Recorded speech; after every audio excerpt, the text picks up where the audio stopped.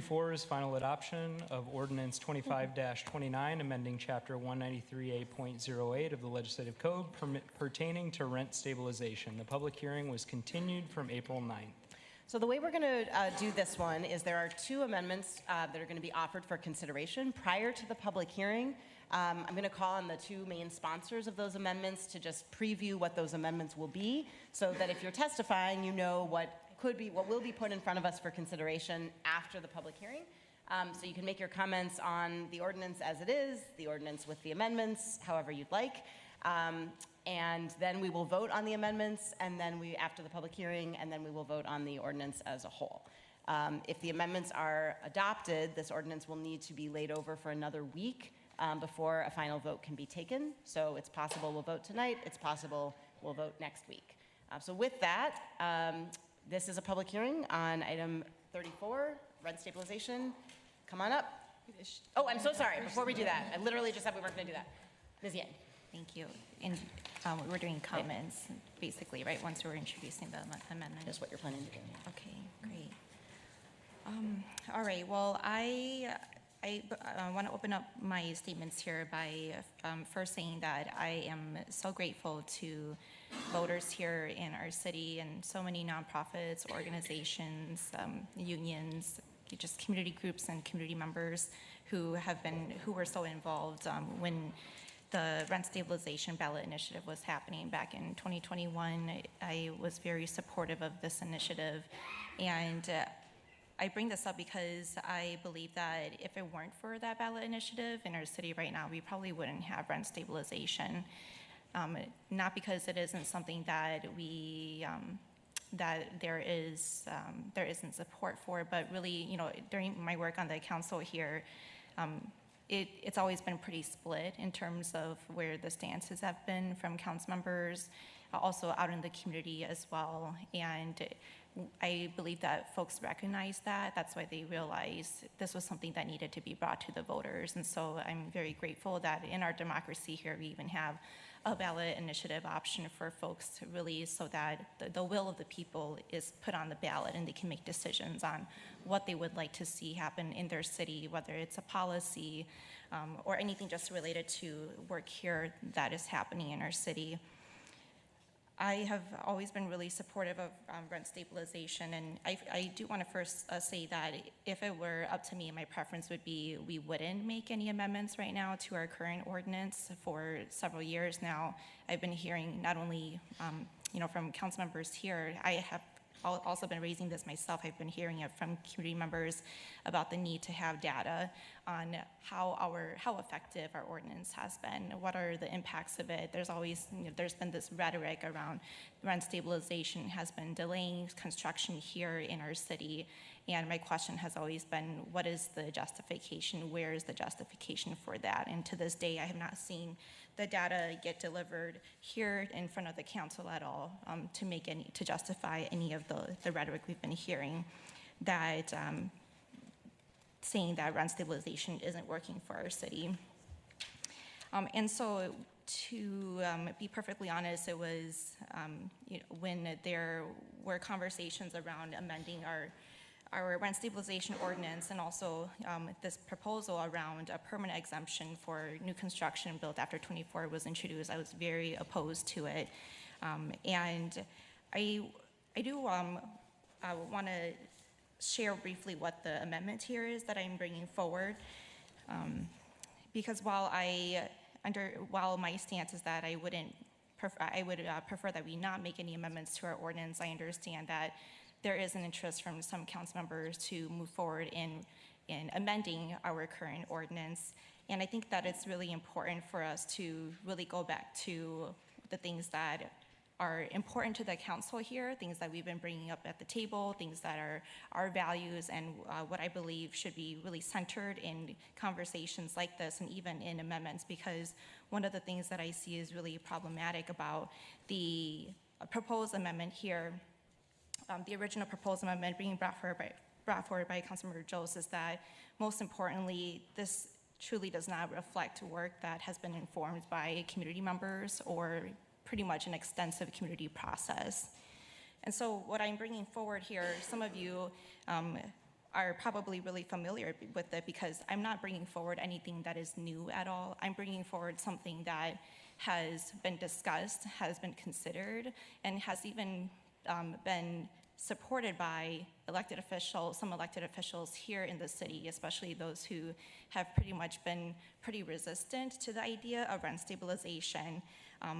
And the amendment here would be, it's under the language for exceptions to residential rental property that is newly constructed or had a change in occupancy classification. The change is that the limitation on rent increases shall not apply to newly constructed residential rental properties that were issued their first building certificate of occupancy less than 30 years from the date of notice of a rent increase. So we are changing the current 20-year exemption for those properties to 30 years. Also, the limitation on rent increases shall not apply to formerly non-residential properties or portions of non-residential properties that were issued a new or renewed building certificate of occupancy because of a change in occupancy classification to residential rental properties. Such properties or portions of properties that have changed occupancy classification from non-residential to residential rental property are exempted from the limitation on rent increases for 30 years from the date of the first building certificate of occupancy issued after the change. So to just reiterate that, we would be striking out the 20-year exemption in our ordinance to 30 years. I put a lot of thought into why I would even be putting this forward. And to me, I really made my decision based on the conversations that were had in the rent stabilization stakeholders group that was convened by the mayor's office a few years ago. And I want to say thank you to so many people who dedicated their time and energy to serving on this. That was a really long and extensive community process that occurred, and I really value your time. I think it's really important that what we put forward in terms of changes to policy is actually discussed in the community, and I said that earlier. I also want to reference a few things that were even written in the report.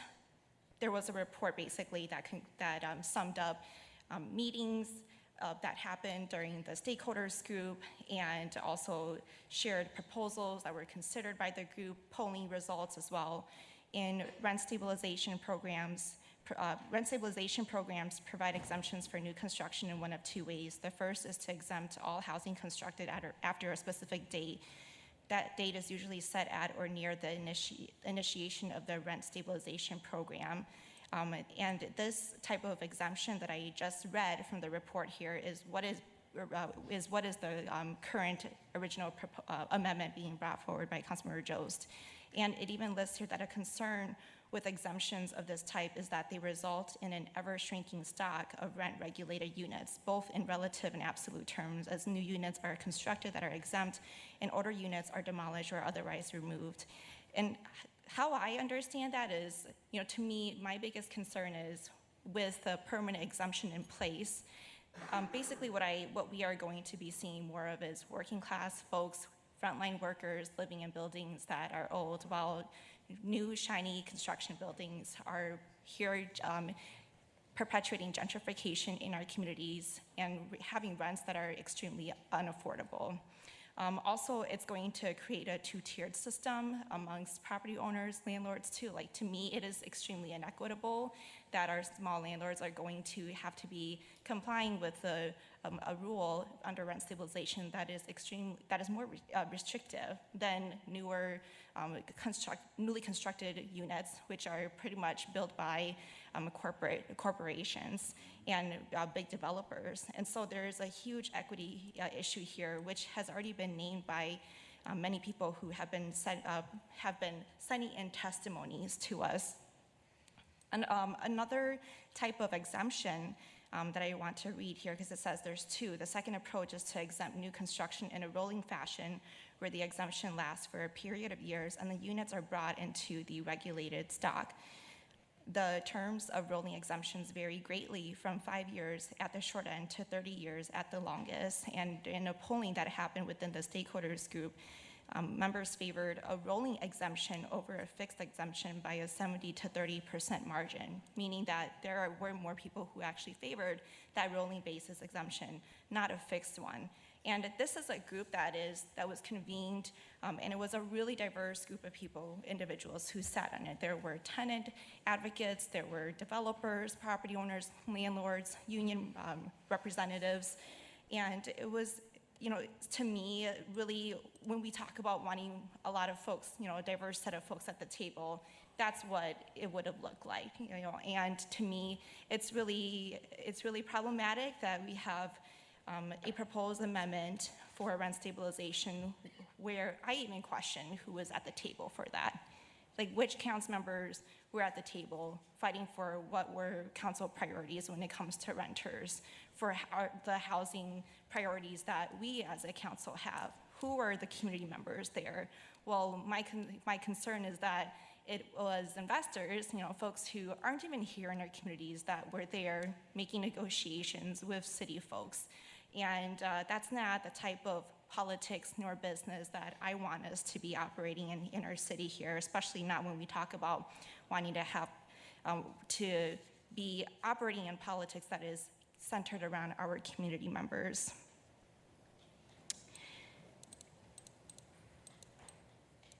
One thing I want to name is when we were getting a presentation about the proposed amendment, it was said that about 5% of properties in our city would be permanently exempt from rent stabilization. And as I was thinking about that, my question is, genuinely, I wonder, is that a statistic that we should be proud of? Like 5% of our units ever since 2004 have been newly constructed. And where does that put us in comparison to other cities or even our own city as a whole? To me, if it is something that we should be really proud of, I will be proud of it. But if not, then it also indicates to me that rent stabilization is not the reason why we have delayed construction, and that there are so many factors, seriously, since 2004, maybe even predating that, about why construction has been delayed in the first place. And so, while there are talking points from folks about why the permanent exemption, the proposed amendment, original one right now, is good for our city, I really question that. And this just really goes back to the concern that I have around data that council members have not been getting. And these are really important questions for us to consider. Another thing I want to say too is that I am seriously concerned about the direction that we would be going if we were approving a permanent exemption here in our city. Again, I question, why is that the step, that folks at the table here are supporting, if it is something that you are supporting, if you're undecided.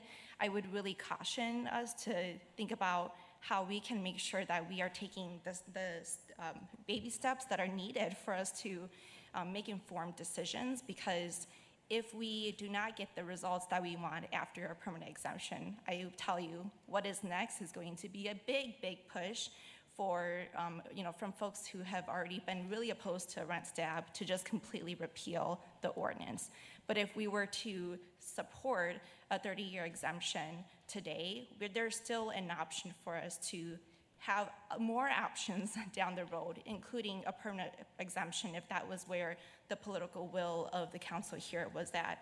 So to me, there's so many different versions of rent stabilization that are implemented right now all across our country, and there's not a single one that is the same.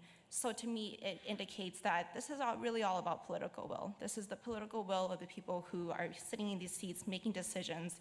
And my question to folks here is, what is your will to continue advocating for the people who have fought for an ordinance like this, to make sure that we as policymakers are not doing bad policymaking by making decisions that are very rash, that are really catering to investors, catering to folks who don't live here in the communities, and also just really making sure that the direction that we go as a city is going to be getting us to bigger goals, which is the housing justice goals that we want, having a roof over over everybody's head. there's a lot that I still would want to say, but what I would do is cap things there, and just want to say overall that I hope that my colleagues at the table will consider the things that I've said, and continue centering the voices of people who've been involved in this process from the start. Thank you, Ms. Yang. Appreciate your comments, and just to clarify for the public hearing that the amendment you're offering would be a 30-year new construction exemption rather than a 20-year, which is currently the ordinance, and rather than everything since 2004. Vice President Kim. Yeah, I'm going to save comments for later. I'm just going to introduce my amendment for the sake of I guess, having it on the record for public hearing. There is a legal memo that's attached to the public record, as is language. We had copies printed. I'm not 100% sure where those ended up landing. But there are no less than 15 copies wandering around. My A2 amendment is adding a prevailing wage amendment in this proposed language. To be eligible for either a new construction exemption or change in occupancy classification exemption, landlords will have to verify that all construction workers on the project have been paid to the applicable prevailing wage rate as defined by Section 82.07 of the St. Paul Administrative Code. It also requires advance notice to developers of prevailing wage prerequisite, ensures payment of prevailing wage through contractual requirements, requires anti-retaliation and notice of rights posting requirements on development projects, and provides due process procedures for workers who need to file complaints of prevailing wage violations through the city's St. Paul wage theft ordinance. So that is before you today. I'm looking forward to hearing the testimony and looking forward to coming to a vote with my colleagues today on this. Great. Thanks, Ms. Kim. So those are the two amendments that we'll be considering after the public hearing, as I said earlier, and then totally forgot the second after I said it. We will now hold the public hearing. So thanks to you, those of you who are standing, for your patience, and welcome folks up. Remember, 2 minutes, start with your name and where you're coming from. Great, thank you so much. Good afternoon. My name is Lucas Franco. I'm from Minneapolis, but I'm with Leuna, Minnesota, and North Dakota. We represent approximately 600 construction workers and other public sector workers here in St. Paul. I'm here to urge a vote yes, on the prevailing wage standard for exempted projects, the A2 amendment. This is the best tool we have to prevent wage theft on projects here in St. Paul. Wage theft is a crime, plain and simple. Research has shown that nearly a quarter of Minnesota construction workers are victims. It hurts working families, and it hurts contractors who play by the rules. Many of our 830-plus signatory contractors are consistently losing out on work to those that have built business models off cheating. We've made progress tackling wage theft by expanding prevailing wage protections on publicly subsidized projects, raising penalties, and increasing investigative capacity, and appreciate much of the work that has been done here in St. Paul. But the truth is, we're nowhere near stopping the problem. Prevention measures have been applied to publicly financed projects, but this is just a drop in the bucket of construction. I've reviewed years of permitting data here in St. Paul, and many large projects are not and have not been covered by prevailing wage, and were built by general contractors that consistently use problem contractors. The hard truth is this: we will continue to see wage theft unless we create standards that apply to all construction. We cannot enforce our way out of this. More investigators and higher fines only chase the crime after the fact, and that is not enough. Prevailing wage is the single most effective tool we have to prevent wage theft. Not only does it create a fair wage floor, but it requires certified payroll that is an essential transparency mechanism for prevention. You have the opportunity to implement the strongest wage theft prevention policy available with little to no impact on construction. The market data on this is clear. Also, the research is very clear about cost. This standard would strengthen the industry by protecting high-road local contractors and ensuring workers can afford to live in the homes they build. Please vote yes. Thank you so much. Perfect. Thank you so much. Don't forget to sign in. Welcome up. As he just implied, this rent control has affected people's wages. But landlords don't actually get wages. I work on my place all the time. I don't get paid unless we can make a little profit. And we're not that greedy. Like it's always attacked by Marxists. And what do Marxists do? They attack property and contract rights. And now that we just got this new law privacy law prevents me from telling my beloved neighbors that I just had to rent to a murderer downstairs, an arsonist upstairs, and a burglar next door to you. But thanks a lot. You got another one through. We'll see if a judge calls it unconstitutional next time. But your the rent control thing that the people voted for has failed. So now you want to give a discriminative exemption to anything newer than 20 or 30 years. That discriminates against anybody that has an older, smaller property. Older than that. Takes power from we the people and gives it to corporations. What is that exemplary of? Fascism, corporate government cronyism. And big developers and corporations, who do they donate to? Nonprofits that support candidates. What else has it failed on? You lost revenue in the city bureaucracy. Sorry, you're not getting the density you wanted. So you want to feed these big corporations by taking, giving them exemption discriminates against us. It's ridiculous. It's like laws designed to push and targeted people out of a region or a city, like Jim Crow laws or laws in Georgia during the first Democrat President Stonewall Jackson's administration targeted Cherokee, who had constitutionally and legally owned their land and their cities. And now targeting what? Capitalists, the small guys, the free market capitalists, not the corporatists. Discrimination. It's ridiculous. I'm so sick of this Marxist stuff that's going on. And it's so good. And empathy, no, it exploits empathy to destroy the things that give freedom of opportunity. And I swear, if rent control is allowed to fail, I'll lower my rents because I won't have to defend against the future egregious property taxes. Thank you very much. Appreciate it. Restore. Thanks for signing in, and come on up. Welcome. Naturally occurring affordable housing. Competition. It's my turn. Elaine Tyrone, Ward 2, and I'm speaking against this amendment as unamended. I'm very sympathetic with both presenters of the amendments to the amendment, but I'm going to address the fact that this amendment does not move St. Paul closer to the fair housing goals that were so eloquently presented at the start of this meeting. That goal to increase the supply of badly needed housing that is affordable to all, but in particular, especially to low-income residents, those at 10, 20, or 30% of AMI. Quite the opposite. This amendment, if passed, moves in the opposite direction. At a time when more and more fixed income elders, like myself, retired, many of them are financially unprepared. They're surprised to find themselves homeless at a time when they need affordable housing. This amendment allows landlords of new housing to raise rents by any amount at all every year forever, and I oppose that. It is totally inconsistent with fair housing goals, and I urge you to take more time to consider and discuss the data that is out there, to take into account fair wages, to take into account what is actually the impact upon the supply of low affordable housing. Thank you. Thank you very much. Make sure to sign in and welcome up. Hi there, my name is Jeanette Corselius.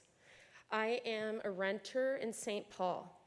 I am also a union member of OPEIU Local 12, and I'm a proud member of the Twin Cities Democratic Socialists of America. I moved here 3 years ago for a union job, and one of the reasons why I moved to the Twin Cities was its affordability, and one of the reasons being that it had rent stabilization. I want to be very clear that I support the amendment for the prevailing wage as a union member and a union organizer. I am against any efforts to weaken rent stabilization. I am confused by some of the comments that have been made by some of y'all, saying you care about renter protections, you care about banning the box, but you want to make changes to rent stabilization?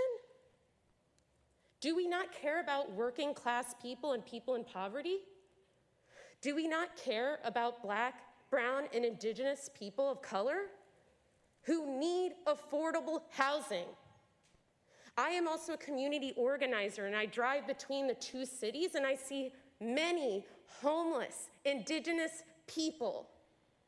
If we cannot ensure that people who have a middle-class income can't afford to live in the cities, how are we going to make sure that our friends and our neighbors who don't have a wage and are homeless won't have a living and a safe place to live? I want to be clear that the Democratic Socialists of America, who are in the St. Paul branch, are against Mayor Carter's proposed amendment to exempt all rentals built after 2004. 94.1% of us oppose it. I'm sorry, you None are at time. support. Thank you very much for your testimony. I Make will sure to end sign my in. statement by saying, please do the right thing Thank you and very put much for your working time. class people first. Come on up, welcome. 2 minutes is very short. I hate keeping you to it, but it's out of respect for everyone who's here to testify. Thank you. Hi, my name is Carolyn Szymanski. I'm a renter in Ward 4. I've already testified on this, but I wanted to express strong support for both Councilmember Yang and Councilmember Kim's amendments. I also just wanted to remind the council of how overwhelmingly this city supported rent stabilization.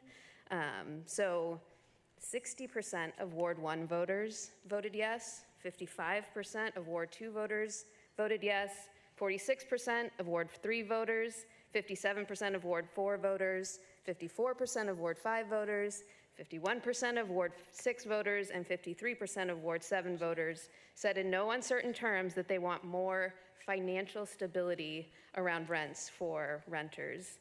And over the past several years, there have been multiple acquiescence to the landlord and developer lobbies.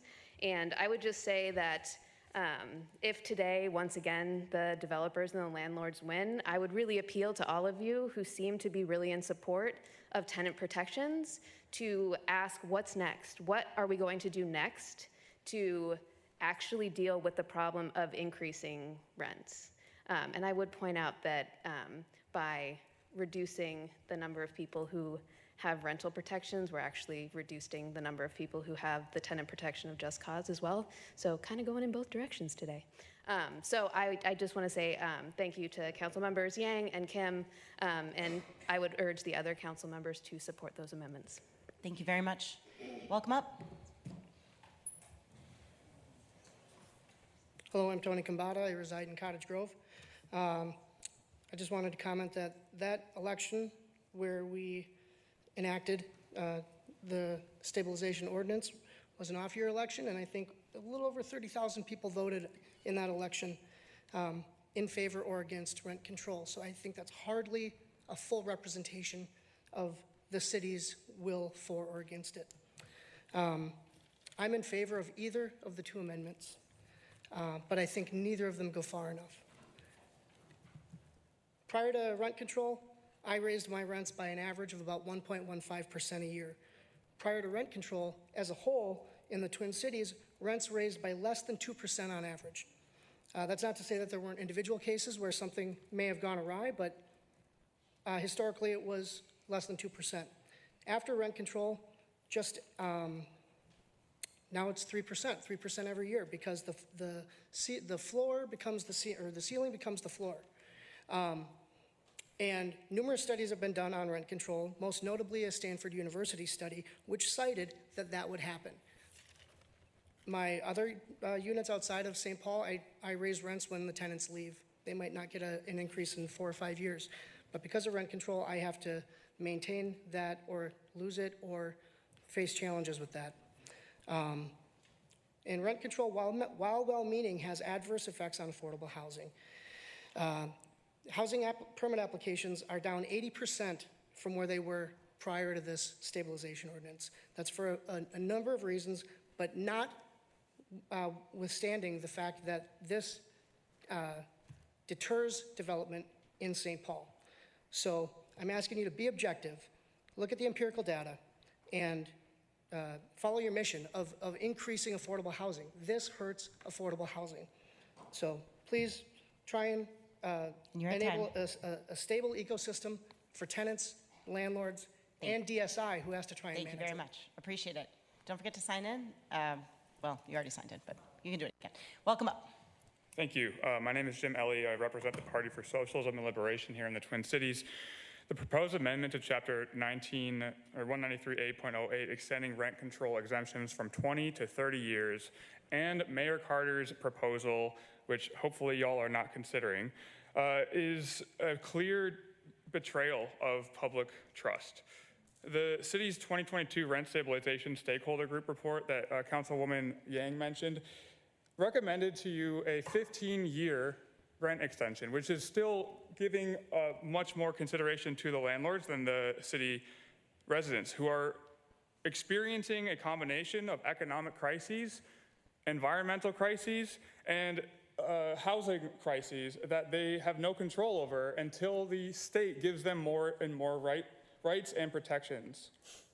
What's to stop this exemption that is being proposed in the amendment from 20 years to 30 years to 40 until, again, we have this conversation 15 years from now and it's completely eliminated? For all the new construction that's being built to help citizens have housing that isn't under threat of homelessness in the next week or two when they get hit by a massive health care bill. Every one of us, every working class person, is a bill away from being homeless. And to prevent them from having rent control on new buildings, which majority of buildings in St. Paul are becoming built after 2004, they will lose that ability to have control over their home, and they could easily become homeless. And for the people saying that landlords don't make money, they don't even work. They own these properties and let us, working class, pay their wages. So to complain about working class people who could be homeless while you have control over their homes is a disgrace. And to give them capitulations over the working class is also a disgrace. We need to invest into our housing for our communities. Thank you very much. Make sure to sign in. Welcome up. I'd like to ask all those of us in the audience to please remain quiet, and if you want to have a conversation, you can take it outside. Welcome. Thank you. Kevin Pranis, I'm a resident of Ward 4, also a member of LIUNA. I didn't intend to testify, but read the city attorney's letter in this matter and just wanted to respond to some misunderstandings in that letter. The letter makes two legal objections. First, saying that prevailing wage requirements can only be applied to publicly funded projects. And second, says the state does not publish rates that cover residential projects of 12 or more units, and then makes a remarkable claim that this cannot be remedied without changes to Minnesota statute. I'm happy to report that none of those things are true. There's basic factual errors based on misunderstanding of the state prevailing wage laws, which we're happy to clarify and can easily be verified by talking to the Department of Labor and Industry. In fact, I texted the commissioner just now to verify one of these points. In Minnesota, prevailing wage requirements can be and currently are applied to projects that are financed with public funds, mixed public and private funds, and purely private funds. Examples of purely private funds include all energy projects funded through the Renewable Development Account, which are not public dollars, and every energy project permitted by the State Public Utility Commission, transmission, and large generation, all of which are privately funded and financed and covered by state prevailing wage requirements that the legislature passed a couple of years ago. The simple fact is that state prevailing wages are used to set floors also for projects that are not covered by state prevailing wage requirements, including municipal and school construction. And in fact, the city of St. Paul uses state wage rates to cover projects that are not covered by state prevailing wage laws. So that's entirely incorrect. The other question, that the state does not publish rates specific to projects or 12 or more units, is also inaccurate. All multifamily projects of the size specified by the proposed amendment are considered commercial construction for purposes of assigning appropriate rates, and there should be no confusion over rates. Since the number 12 is larger than the number 2, all of those rates would be commercial construction. We'd happily send the links for Ramsey County for all of those rates, so neither of those is accurate. Now, obviously, problems with legislation can almost always be remedied, and I think the decision to not remedy it is because people don't want to. Thank you very much. Appreciate it. Make sure to sign in. Welcome up. Good afternoon, Council President and members of the Council. My name is Kara Peterson. I'm President of the St. Paul Regional Labor Federation. I'm here today to encourage the Council to support a prevailing wage amendment to the City of St. Paul's Rent Stabilization Ordinance. The St. Paul Regional Labor Federation unanimously adopted a resolution in support of a prevailing wage amendment. This was communicated to a previous council under Council President Brent Moen. Some of you will remember that. When construction workers are paid the prevailing wage, they are better able to afford rent payments. Payment of prevailing wage has also been shown to increase wage rates of workers outside of the construction industry. St. Paul's families continue to struggle to afford the cost of rent, and amending the city's rent stabilization ordinance will benefit construction workers in the city who work on multifamily projects. Wage theft has been documented in the multifamily construction industry in the Twin Cities, according to the testimony of workers and advocates, and it is a significant and growing problem in Minnesota's construction industry. Researchers at the Midwest Economic Policy Institute estimate that approximately 26% of Minnesota's construction workers have been victims of wage theft. Prevention of wage theft on multifamily construction projects is in the City of St. Paul's interest and its residents' interest as well, because it protects workers from unlawful treatment, local businesses from unfair competition, and taxpayers from subsidizing the underpayment of workers through higher taxes. We're urging the city to create a prevailing wage prerequisite as a condition of any exemption of multifamily residential rental properties containing 12 or more units that are newly constructed or had a change in occupancy classification after the December 31st, 2004 or earlier.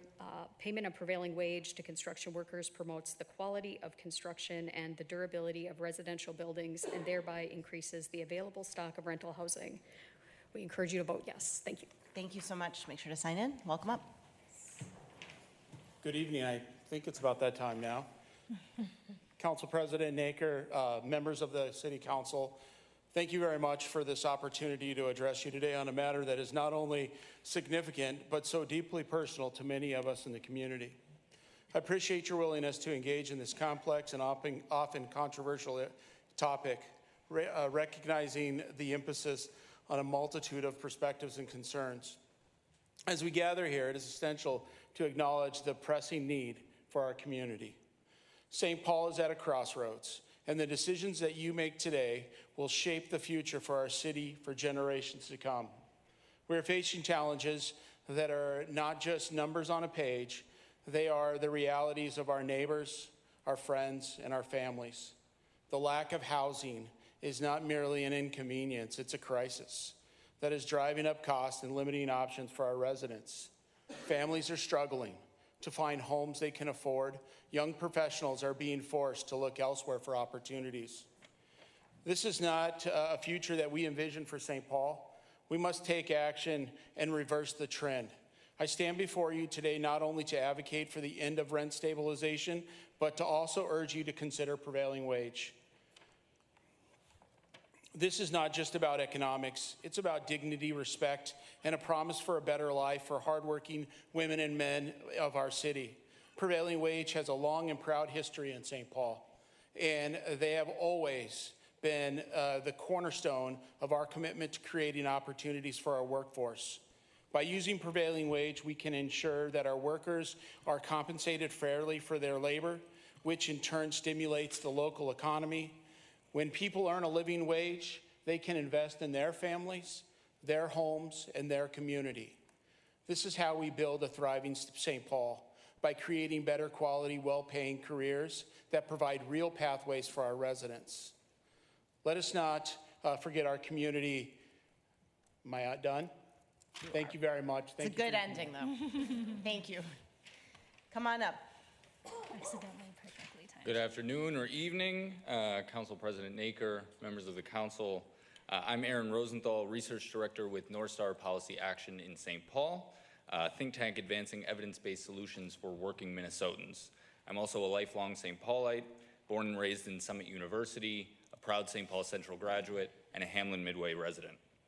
I'm here today to urge you to vote yes on the prevailing wage amendment to prevent what may be the most prevalent form of theft in our city, wage theft. 1 in 4 Minnesota construction workers are wage theft victims. Statewide, 316,000 workers experience wage theft each year, losing $6.2 billion in compensation. To put that in perspective, wage theft affects 30 times more people than auto theft in Minnesota, and the total amount stolen from workers is 160 times greater than the value of all cars stolen. St. Paul rightly responded to rising auto theft with urgency and innovation, becoming a national model. I'm asking you to do the same to wage theft. Wage theft is also a taxpayer issue. Up to $1.3 billion in Minnesota tax revenue is lost every year for programs like unemployment insurance, leaving St. Paul taxpayers to pick up the bill. A final victim of wage theft are honest employers who must choose between being underbid by those committing wage theft or exploiting their own workers. Only government intervention can stop this race to the bottom. Fortunately, there's a solution. As you consider exempting new housing from rent control, you're offering a substantial financial benefit. That benefit should come with the same condition that St. Paul already places on publicly financed projects. Require a prevailing wage that ensures the fair pay and transparent payrolls able to prevent wage theft from happening in the first place. This city is rightly pairing rent control exemptions with tenant protections, but renters aren't the only ones who need safeguarding.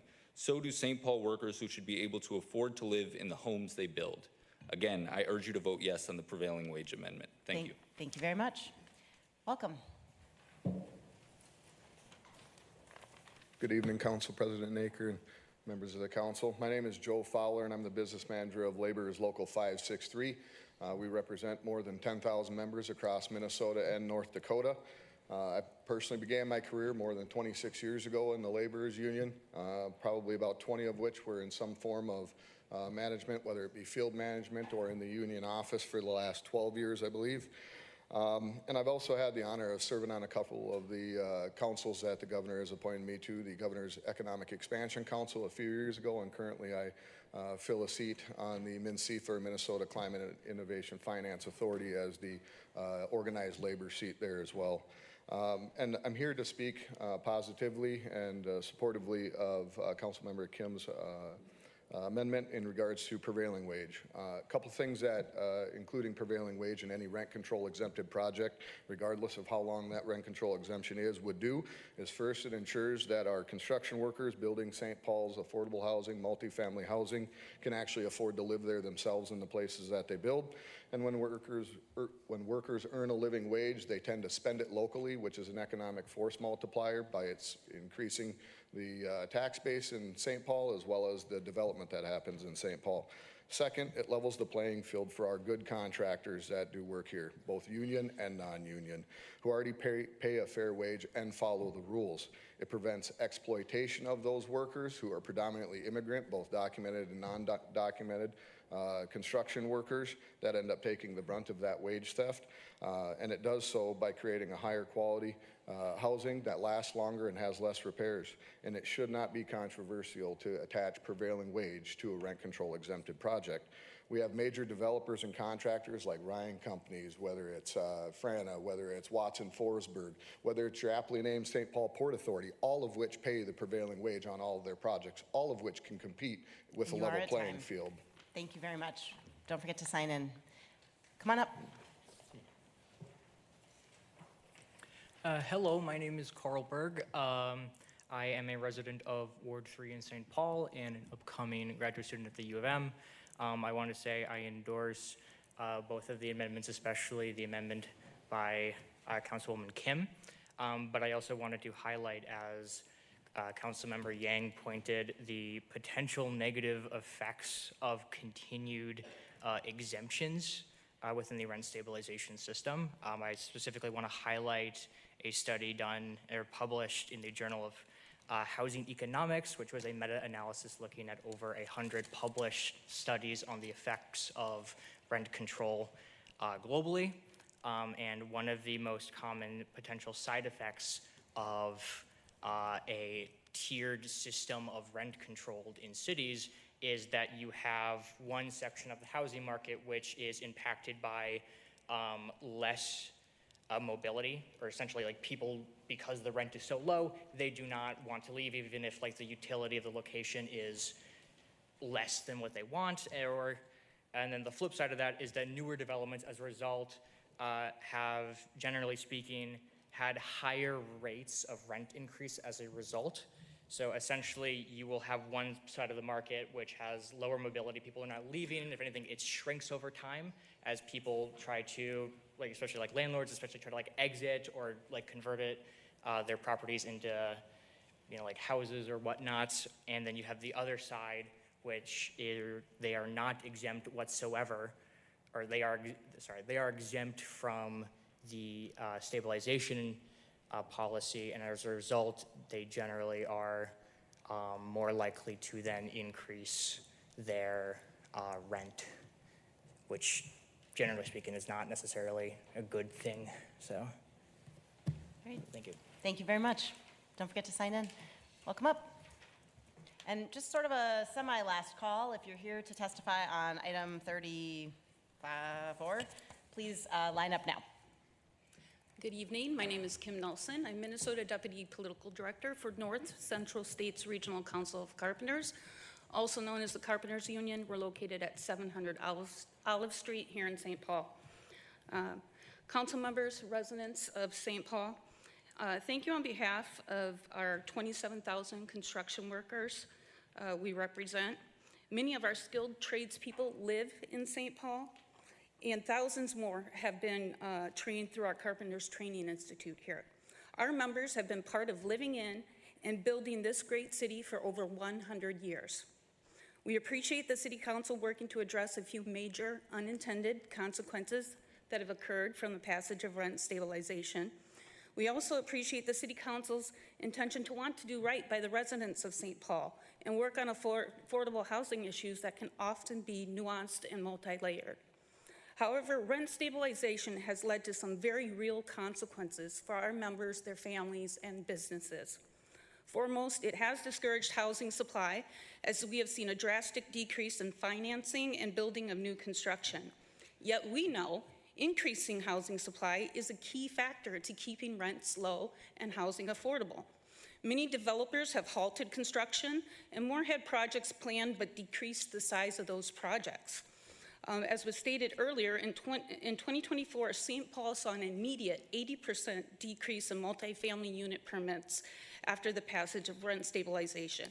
And as recently as this past month, construction permits have seen a 38% increase in the 13-county metro area, but St. Paul lags. All of this directly affects the livelihoods of our members who want to live and work in St. Paul, and we have seen more layoffs than in any other year. We thank the City Council and City staff for your work and leadership to address this issue, and we respectfully ask that you support the version 1 change to Chapter 193A.08. Thank you very much. Make sure to sign in. Welcome up. All right. Good evening, Council Chair and Council Committee. So I'm Khalid Rogers, Executive Director of Catalyst for Systems Change. I'm formerly homeless youth, graduate of St. Paul Colleges and St. Paul High School.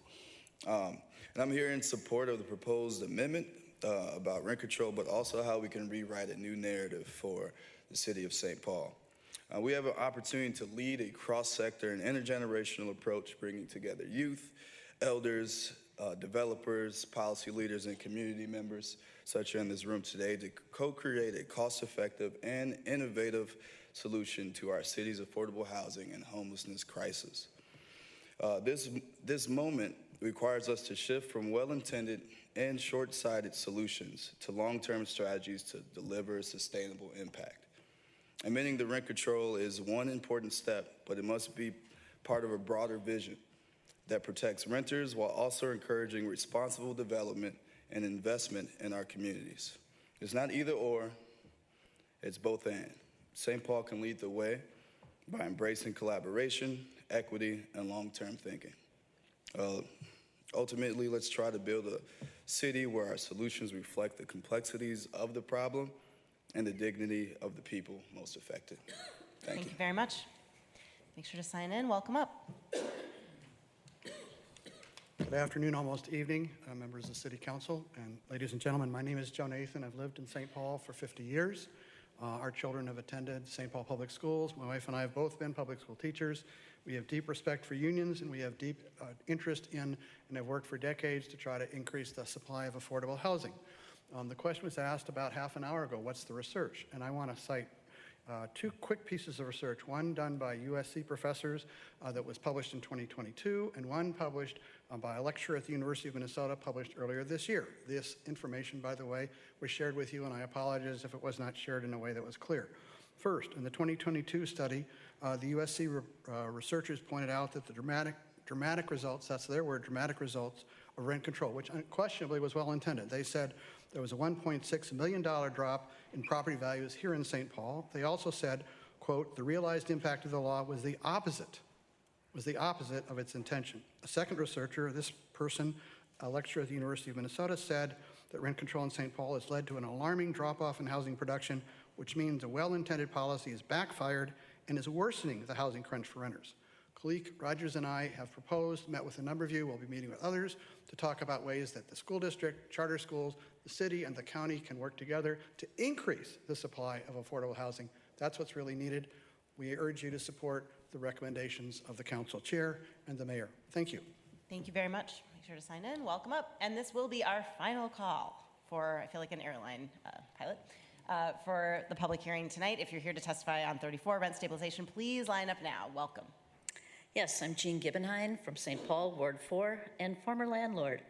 The bottom line is that we need to prioritize people over profits. I'm a member of Micah St. Paul and a member of St. Timothy Lutheran in St. Paul. We value immigrants, the LGBTQ+ community, and all of our neighbors. Housing is more than a business. It is a basic human right. As an adoptive parent of children whose early childhood was marked by homelessness, I know the profound, lifelong impact housing insecurity has. The need for housing is best fulfilled when we realize that people are more important than profits. My faith, my basic human values call me to make this testimony today. Thank you. Thank you very much. Make sure to sign in. Welcome up. One person, one vote. Councilmember Bowie, you had a 20% vote in favor of the rent stabilization in Ward 1. Councilmember Pravatsky, that was a 15% vote. Ryan Construction, though, they've got one vote and $4 billion and billions of dollars. They were part of the $4 million campaign against rent stabilization. And many of you ran against opponents that were financed by that same group of multifamily developers. And you made it through, and I'm very happy for that. But this is, once again, you know, I was part of the HENS campaign when we got this passed, and they're always saying, you got to win twice. You got to win at the ballot box, and then you got to win to implement. And as a coalition, we haven't been winning at implementing. That's why I support the 30% or the 30-year exemption, because it's better than a forever exemption. I totally support the prevailing wage proposal, even though it's benefiting some unions that haven't been supporting the rent stabilization. But because it's right for workers and it's right for renters if we have a cap on the industry.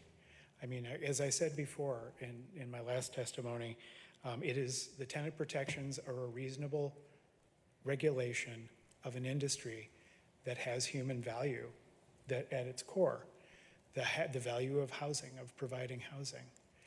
So is rent stabilization. There have been plenty of cities that have had it for a long time where the economies have not collapsed. But right here, right now, Ryan Companies, Cecil Smith's billionaire, do you remember the last time we testified, he talked about, I was in a fancy Chicago place and there was billions of dollars looking to invest. Those are the same people that took our mortgage industry and made it financial and dumped us. That's, as I see it, you got people versus profits. Thank you. Thank you so much. Make sure to sign in. And looks like our last testifier is coming right up.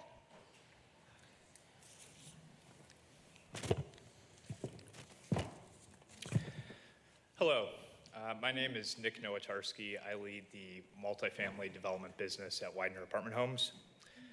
My company is the developer of the multifamily portion of Highland Bridge, which will create over 1,000 new homes in your community and will be prevailing wage and also LEED certified projects. You know, we're a national apartment owner, builder. We own over 31 properties in the state of Minnesota, over 7,000 units.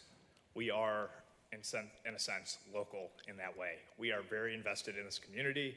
Over the last 5 years, we've doubled our unit count, our home count in the state.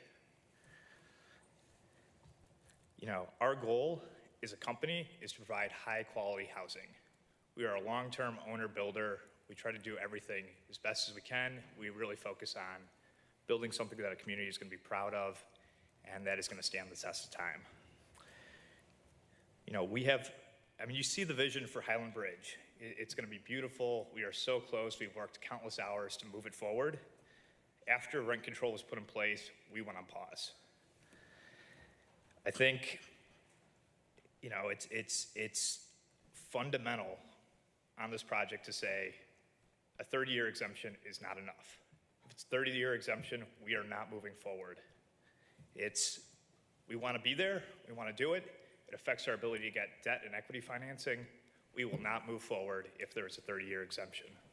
It needs to be a static date. Like I said, we see the vision for the community. We want to be here. We love St. Paul. We love Minnesota. We can see the vision. We want to move it forward. But this is where at least my company is. Thank you. Thanks. Don't forget to sign in. Is there one more person to testify? All right. Come on up. Last testifier. I want to say, please stop pushing the little men out. We need the small local landlords.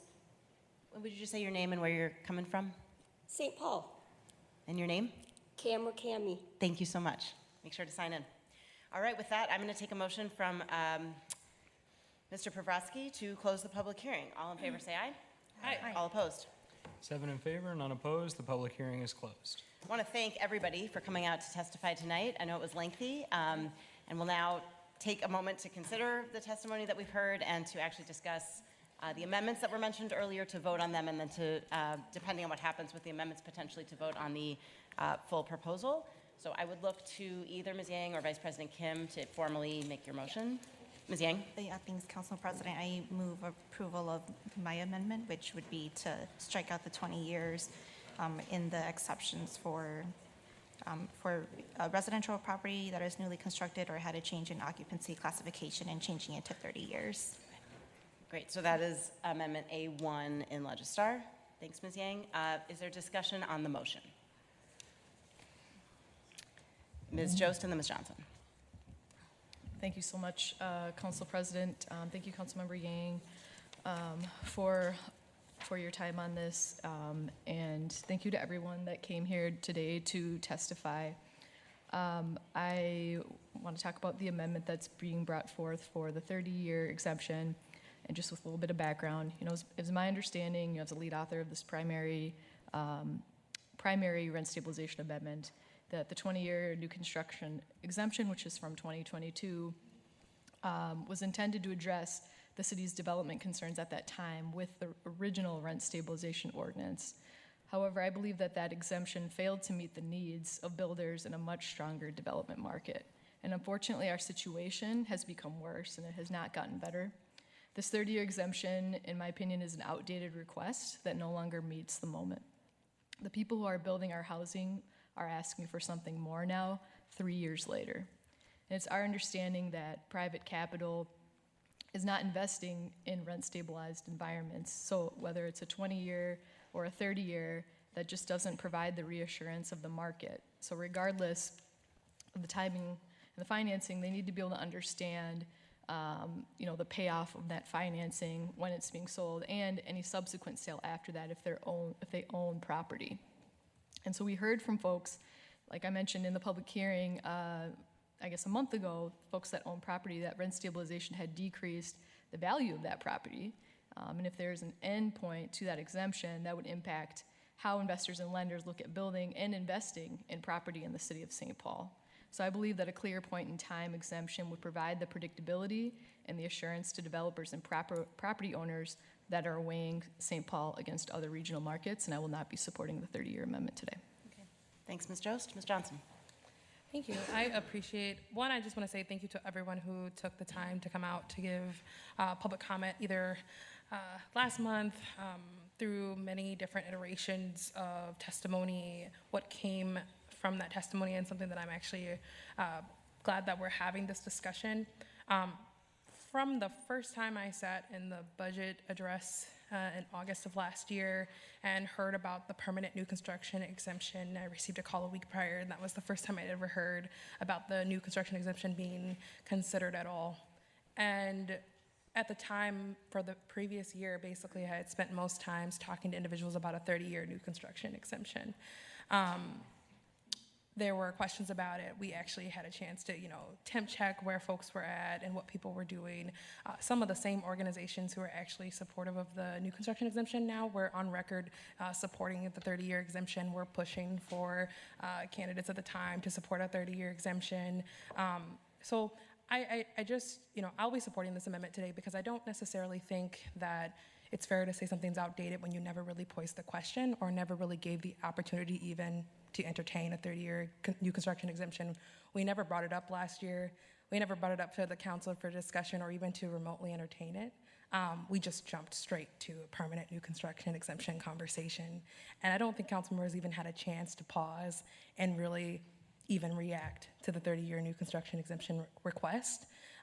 And so I'll just share from my vantage point and even from what I'm hearing in the community and community partners and community organizations.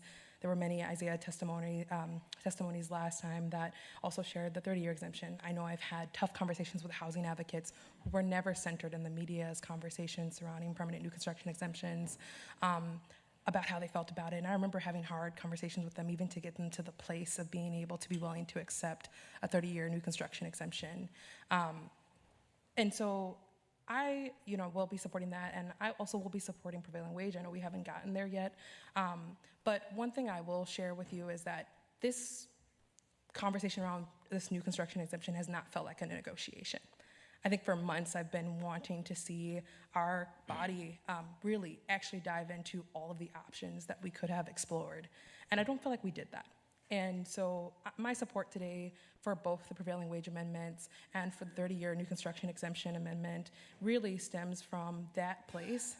When we make policy decisions, and especially when we make community promises to constituents, and we have important ballot initiatives that come through that folks expect us to act on, if we don't go back to the public with the same type of remedies that we are trying to put forth, we lose a large body of people. Out of curiosity in this room right now, who are the renters? Is there anyone who's currently a renter? Thank you, in the back. Thank you. But you have your hand up. The point is, there's about 5 of you, and I could count on one hand about how many renters are in the room right now. I could do that last week. I could do that the week before. I could do that at every community event that I have. And I represent a ward that's half renters, half homeowners. And in a space where we did have an election, we did have individuals who did vote on that. Nobody asked if I was prepared to really make the jump from a 30-year to a new permanent construction exemption before it was made public in August. And I think one of the biggest things now is that we've had months to have this conversation, but we never fully gave amendments fully, like the breadth that they needed. We never really entertained alternatives. We never really explored with renters and community members about, hey, let's get you up to speed with why we're making a 30-year jump from 20 years to permanent. And for me, that is the problem. Therein lies the problem with everybody's testimonies, regardless of our partners and our spaces, and I really appreciate it. But in lies the problem with this is that we went from 20 years to permanent with no discussion about anything in between. And that's been what's been very disappointing to me, and I just genuinely really want to plant that seed here, especially for future conversations and how we do policy. I'm open for adjusting to the times, being reflective of the development, understanding that our downtown and our Highland Bridge site and so many other places are experiencing difficulties that maybe they didn't experience in 2023, 2024. But I also know that I watched mailers get sent to my house actively opposing me being a council member because there was a candidate who actively supported a 30-year exemption at the time, and I was not prepared at that time to support that. And I recognized how, despite that and in lieu of that, my community stood by me and put me in the seat. And so as I think about the votes today, I will be using that as my deciding factor for it, and it's not because I at all haven't had many conversations with so many people in this room. I consider my union supporters and my union partners and contracting partners, development partners, property manager partners to be equally as important in this matter and in this equation. But at the end of the day, I represent 46,000 people in a ward that truly doesn't benefit from this discussion. And so I will be supporting 30-year exemption because I do think that there's going to have to be pathways in the future, especially surrounding this ordinance. I don't think people are prepared to just let it rest. I hope that for all of my colleagues that are voting today on the permanent new construction exemption, that we are in a position as a council to send a strong message that we are no longer going to continue this conversation next year and use the same arguments about why we need to fully repeal. I will be actively opposed to it then. And so I look forward to being able to have continued conversations with people about the real problem of rent control that people are sharing, because I don't think this even scratches the surface to really talking about the root cause. And for a lot of people, that is, can I pay my rent month to month? For others, it's, if I can't afford to build here, maybe I won't be able to invest in St. Paul.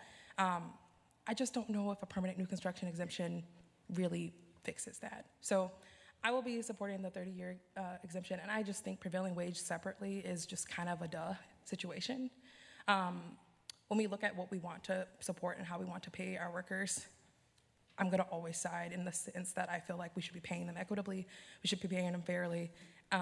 I sat in meetings earlier this week talking to private investors who had private funding and private financing just about why they needed to potentially even partner with union contractors and getting union projects on it. When it's an option, it's not a requirement, but when it's an option, people may choose to privately finance their projects and just not take the public sector funding, not take the city funding if they can, and not pay their workers what they're supposed to.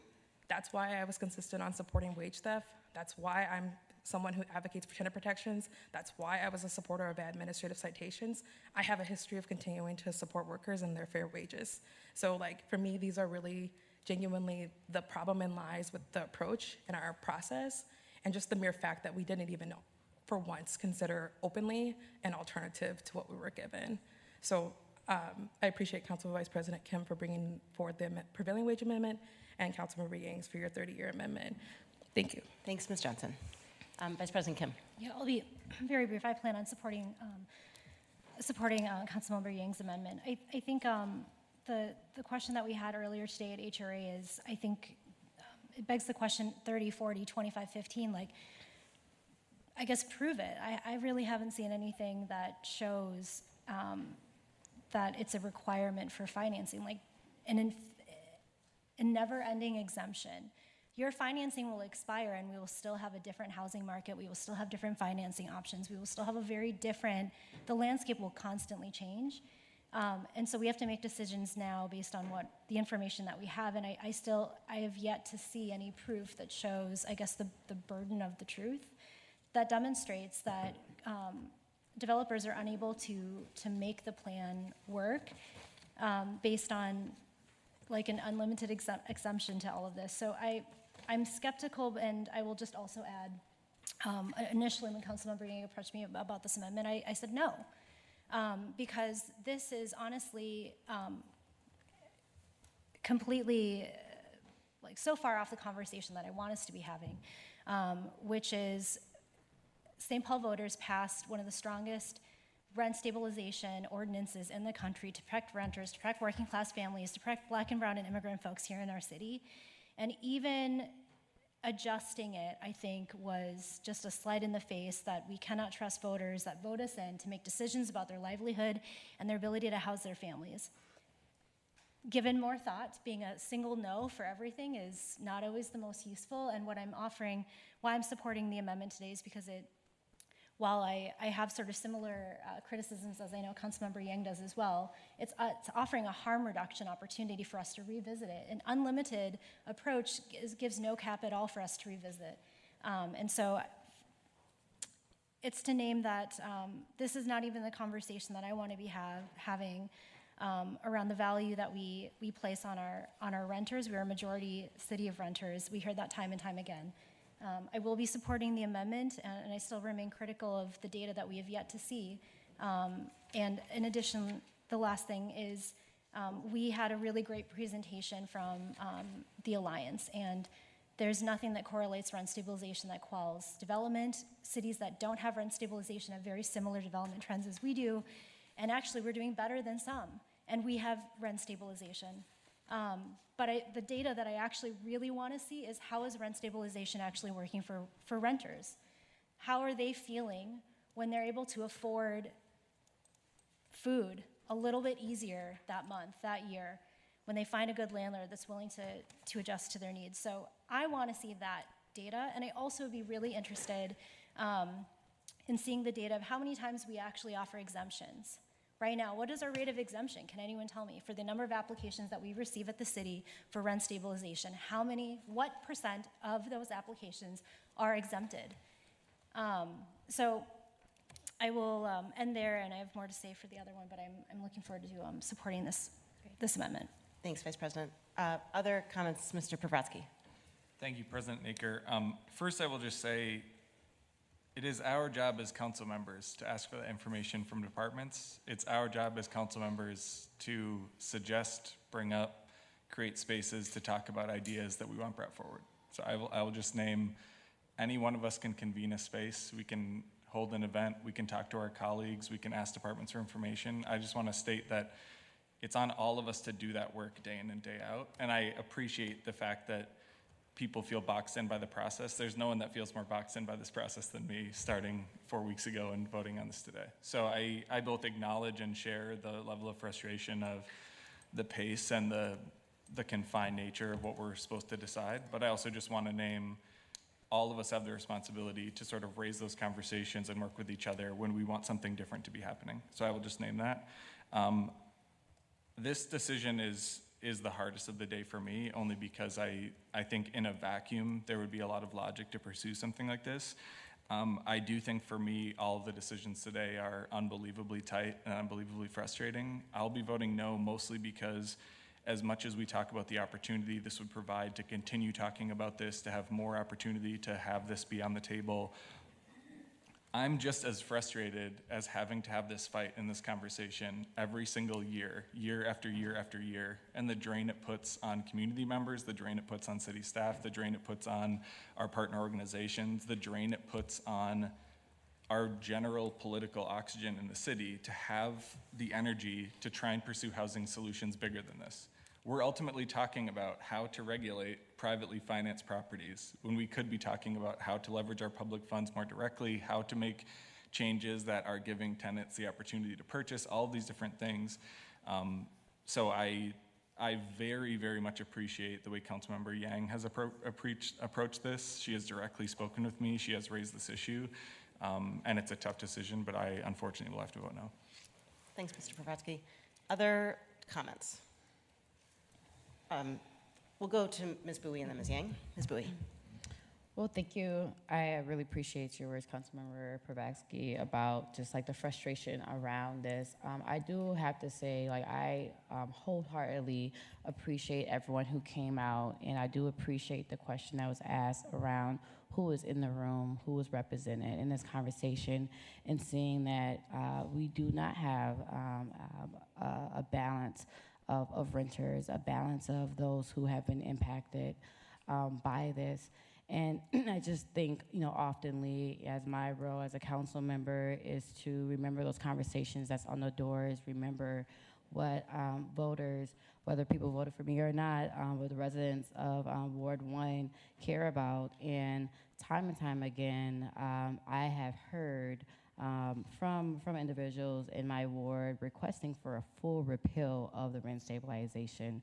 I don't want that to be lost in this conversation around how we got here. Is already a huge compromise to where I have to hold those who want to invest and want to grow our tax base and our St. Paulers and our homeowners, also ensuring that we're supporting and giving a voice to the voiceless, to our renters, to people who are living paycheck to paycheck, for people who have experienced homelessness, to people who are just looking to, not even by choice, but looking for housing that is just affordable.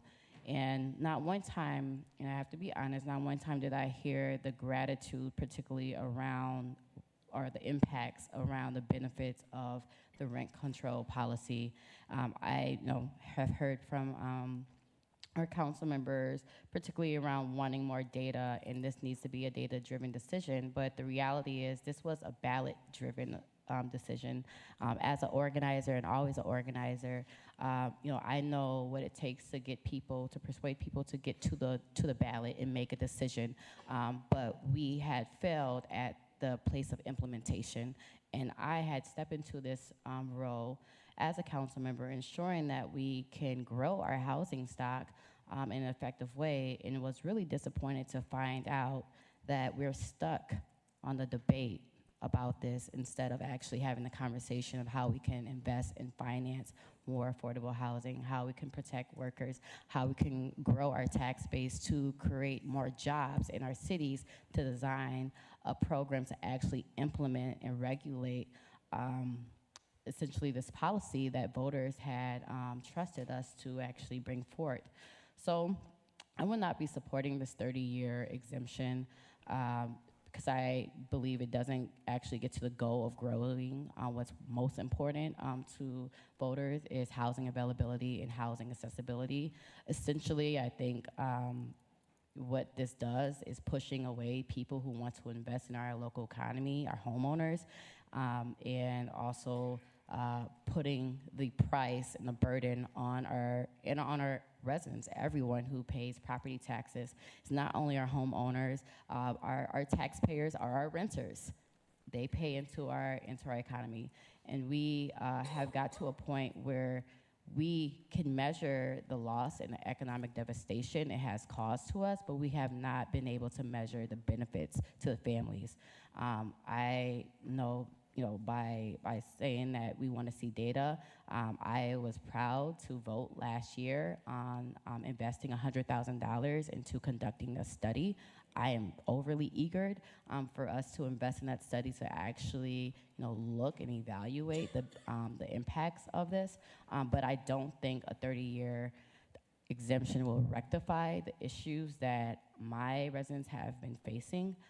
And primarily, I see this as a false safety net in a way to when we really want to talk about housing affordability, let's make sure we're tripling, doubling down when it comes to emergency rental assistance. Let's make sure we're actually investing into affordable, sustainable wages. Let's make sure we do all those things, but we can't cap or regulate our way into housing abundance. So I will not be supporting this exemption. Great. Thanks, Ms. Bowie. Ms. Yang. Thank you, Council President. I will make a few comments here. First, I really appreciate just hearing from everybody, and Councilmember Prawatsky, to your point about we as council members have a role in asking questions, getting information. I mean, I think you're saying that in response to the multiple comments made at the table here around we need more data. And I want to be really clear, those asks have been made by council members, including our former council president, Mitra Jalali, when she was still here.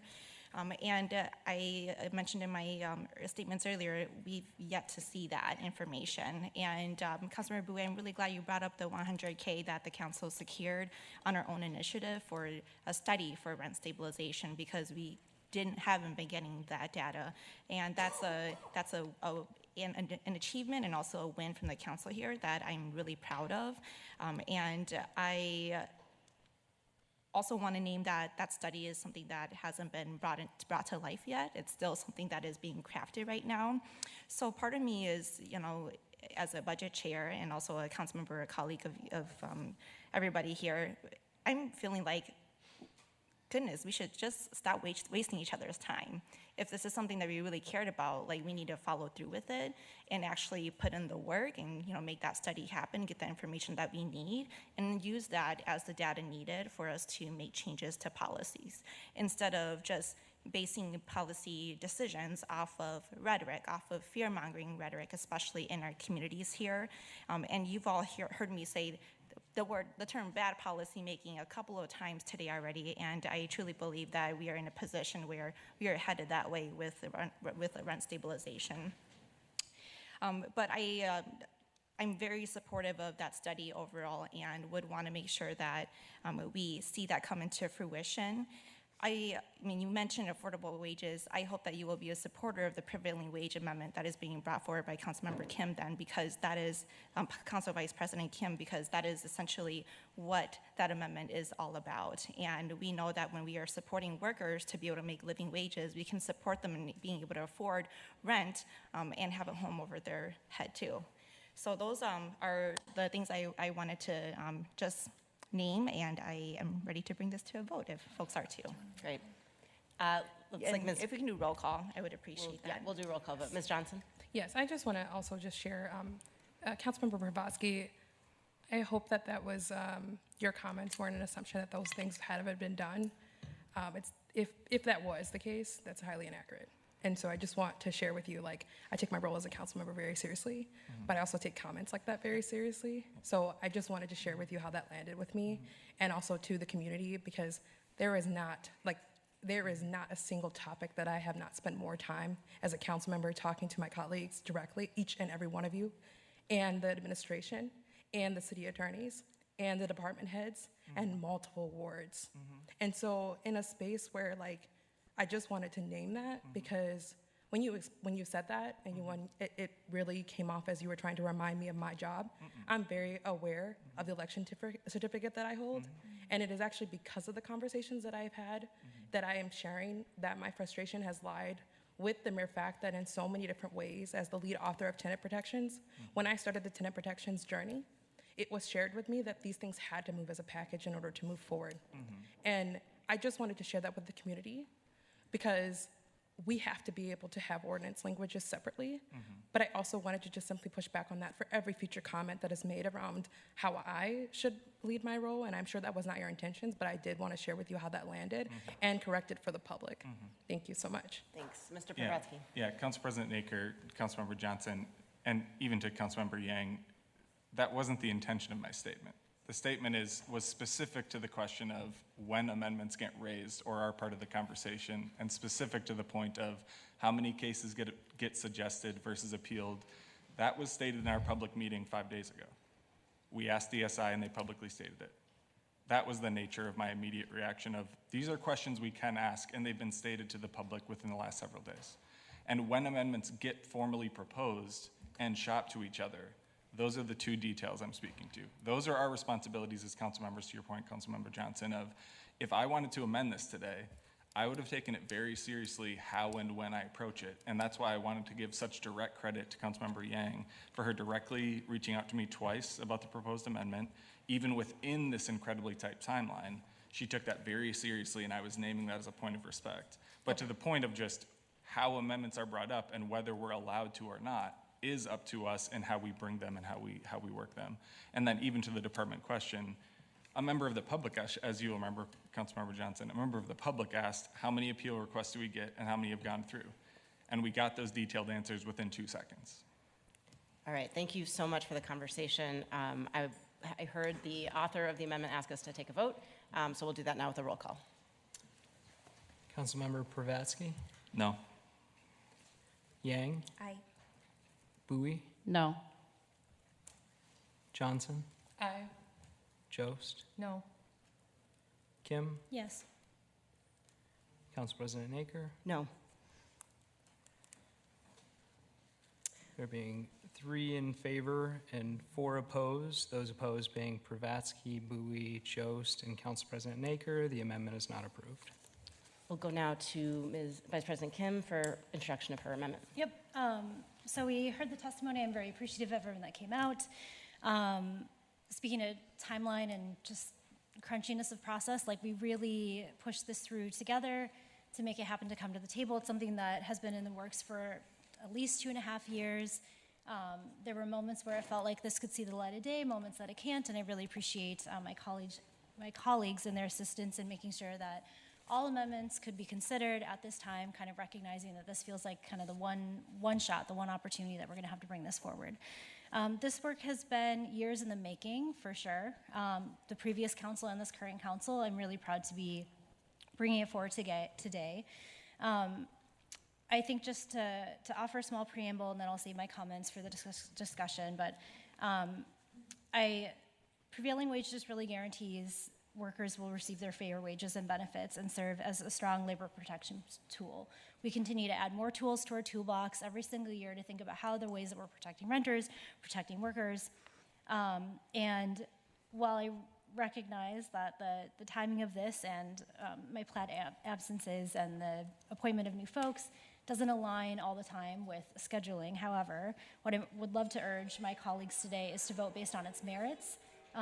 Every amendment deserves an opportunity to be seen, and while I do hear that there is clunkiness in process, there are merits, there are strong merits to this amendment, and I urge my council members to consider. So I'd make a motion, and I'll save my comments for the discussion. So I'll make a motion to approve the amendment, prevailing wage, the A2 amendment. Thanks, Vice President. And I'll just jump in here because I missed my opportunity last time and it felt like it wasn't the right moment. I want to, first of all, again, thank everyone around this table for the hard work on all of the amendments, everything that we brought forward, and for the both passionate and honest conversation that we have around this table that frankly is a departure from the way that I was used to the council operating before we had this new council. And so I'm grateful. I think we're having really honest, open conversation that is sometimes hard, and I'm grateful to all of you for that. I will just say about both this amendment and the previous one, I am looking at this policy issue from the lens of the fact that we are in a housing crisis, and it is a matter of urgency. And I know that that is a view that is shared by many of the people who came here tonight. If there's one thing that unites everybody here, it's that we need more housing. If we don't have enough housing, we don't have choice, we don't have jobs in many cases, and we certainly don't have equity. And I believe that in this particular moment, which I do think is different from last year, the year before that, we need to send a strong, clear, and unequivocal signal that we are open for development. And like it or not, and I don't really like it, we need investment beyond the local investment. We need investment from folks who are outside of our community in order to build at the level that we need for our community. So to the point about, lack of data, I don't think there's clear data on the 30 years. I don't even know if the point-in-time exemption is going to go far enough, to be honest. But I feel like I need to do in this role everything I possibly can to help make that housing happen, even if it's not popular. And so that is why I'm coming to this table prepared to support the original version of this amendment. So I will now stop talking and open up space for everybody else. Ms. Jost. Thank you, Council President Naker, and thank you, Councilmember Kim, for your comments on this amendment. I think that, my whole goal with this primary amendment and with my support of tenant protections is understanding we have a lot of issues we're facing, and I want to make sure we're using the right policy tool for the right job. And with this amendment, I just think there's a misalignment here. We do already have prevailing wage in our code for city subsidized projects. It's a value that is already held by our city. And if that language requires updating, because I heard from a lot of folks that, this is an issue with or without rent stabilization. For me, it's not even really a matter of the issue of prevailing wage. I'm more focused on what I'm trying to do with rent stabilization. And so I think if that's true, that's definitely worthy of its own conversation. Our council proudly passed a wage theft ordinance last year, which was sponsored by all of us. And we passed administrative citations earlier this year, which I proudly co-sponsored with Council Vice President Kim and former Council President Jalali to enforce this ordinance and many others to protect the people in our city. So the purpose of my amendment, like I mentioned, is to bring the city into parity with other cities, and no other cities have a prevailing wage requirement on all new housing construction. But I really do care about prevailing wage, and I'm very open to more direct policy tools we can utilize to solve this issue that I think we all care about as a council. Because we were to, for example, attach it to this ordinance, if the ordinance were to go away, we would lose a protection that I'm hearing is really important to folks and that we care about. And so I'm committed to working on that issue in a more direct way than tying it to this, because I think tying it to the rent stabilization binds the two together in a way that is counterproductive to what Council President Naker said. I think adding any restrictions, no matter what they are, again, I think this isn't even about prevailing wage from my perspective, any restrictions we put onto building new housing within this ordinance will make that more challenging. And we are extremely challenged right now to build housing, and I just don't think we're in a position to add any further conditions to that. So I will be voting no on this. Thanks, Ms. Jost. Other comments? Mr. Paratsky and then Ms. Yang, and then Ms. Bowie. Thank you, President Naker. I strongly support prevailing wage. I very strongly support our city doing our part to fight wage theft. I have very serious concerns about how this amendment was brought forward, so unfortunately I will have to vote no. Thank you, Ms. Yang. Thanks, Council President. I am supportive of this amendment here. Thank you, Council Vice President, for bringing this forward. And I know you've been in communication with so many of our union leaders, especially Layuna, who's in the room here today, and who has been leading the charge on this too. And this is, I mean, I feel really similar to this. Well, let me just say, this is not something new, all right? We've had this conversation for, I would say, almost 3 years now. Some of you who were on the campaign trail, you've even heard about this, made commitments on your end. It sounds like for the most part, folks were committed to supporting this. I mean, I know at one point, the former council that I served with, there was, if I remember correctly, unanimous support for it. I think that, you know, for me, when I think about just overall some of the comments I'm hearing at the table, like it is, as a colleague of the council members here, council members who I know are have been huge and strong labor champions, been supportive of prevailing wage and even other initiatives related to wages, preventing wage theft. Like these are issues that you all have championed and led on. And so it is appalling to me to hear that there is opposition to it because, I mean, even with the last testifier from Widener, what I clearly heard from them is they're going to be abiding by a prevailing wage in their project. You're clearly hearing from a pending project right now where a developer is like, yeah, this is something that we are going to be doing. It doesn't sound like we have opposition to it. What I think is so important about this amendment here is that this is going to be one, so important for us to have, because if there were a developer who didn't want to comply with it, well, they wouldn't be getting exemptions for rent stabilization, and that is really important.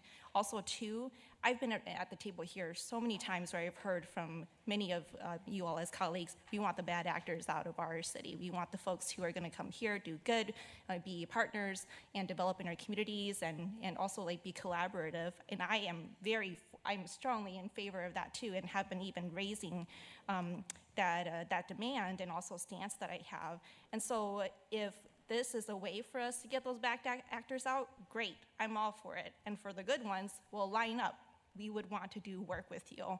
And so it is, to me, so important that, you know, just to name that and ground folks in that, because what I'm seeing here is clearly a misalignment. I think one of you mentioned that this amendment is a misalignment. Actually, the misalignment here is the stance that I'm hearing from some of you who are in opposition to this. I will be voting in support of this amendment. Thanks, Ms. Yang. Ms. Bowie. Thank you, Council President.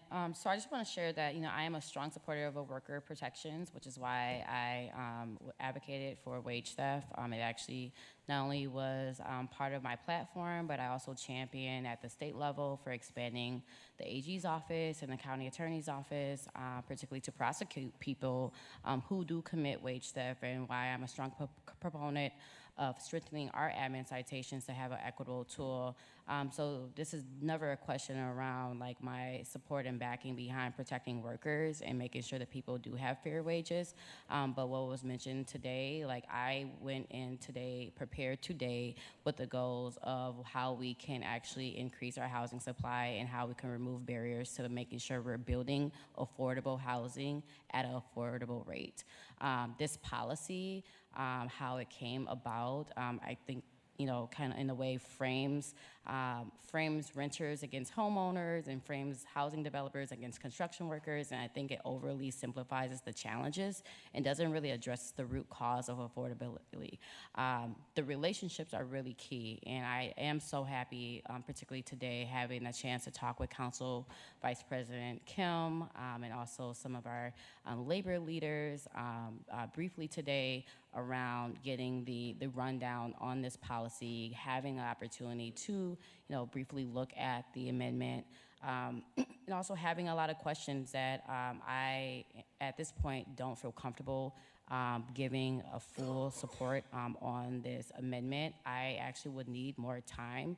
I think that prevailing wage is a really citywide approach, not something that should be narrowed into this discussion around how we're updating our rent stabilization exemption.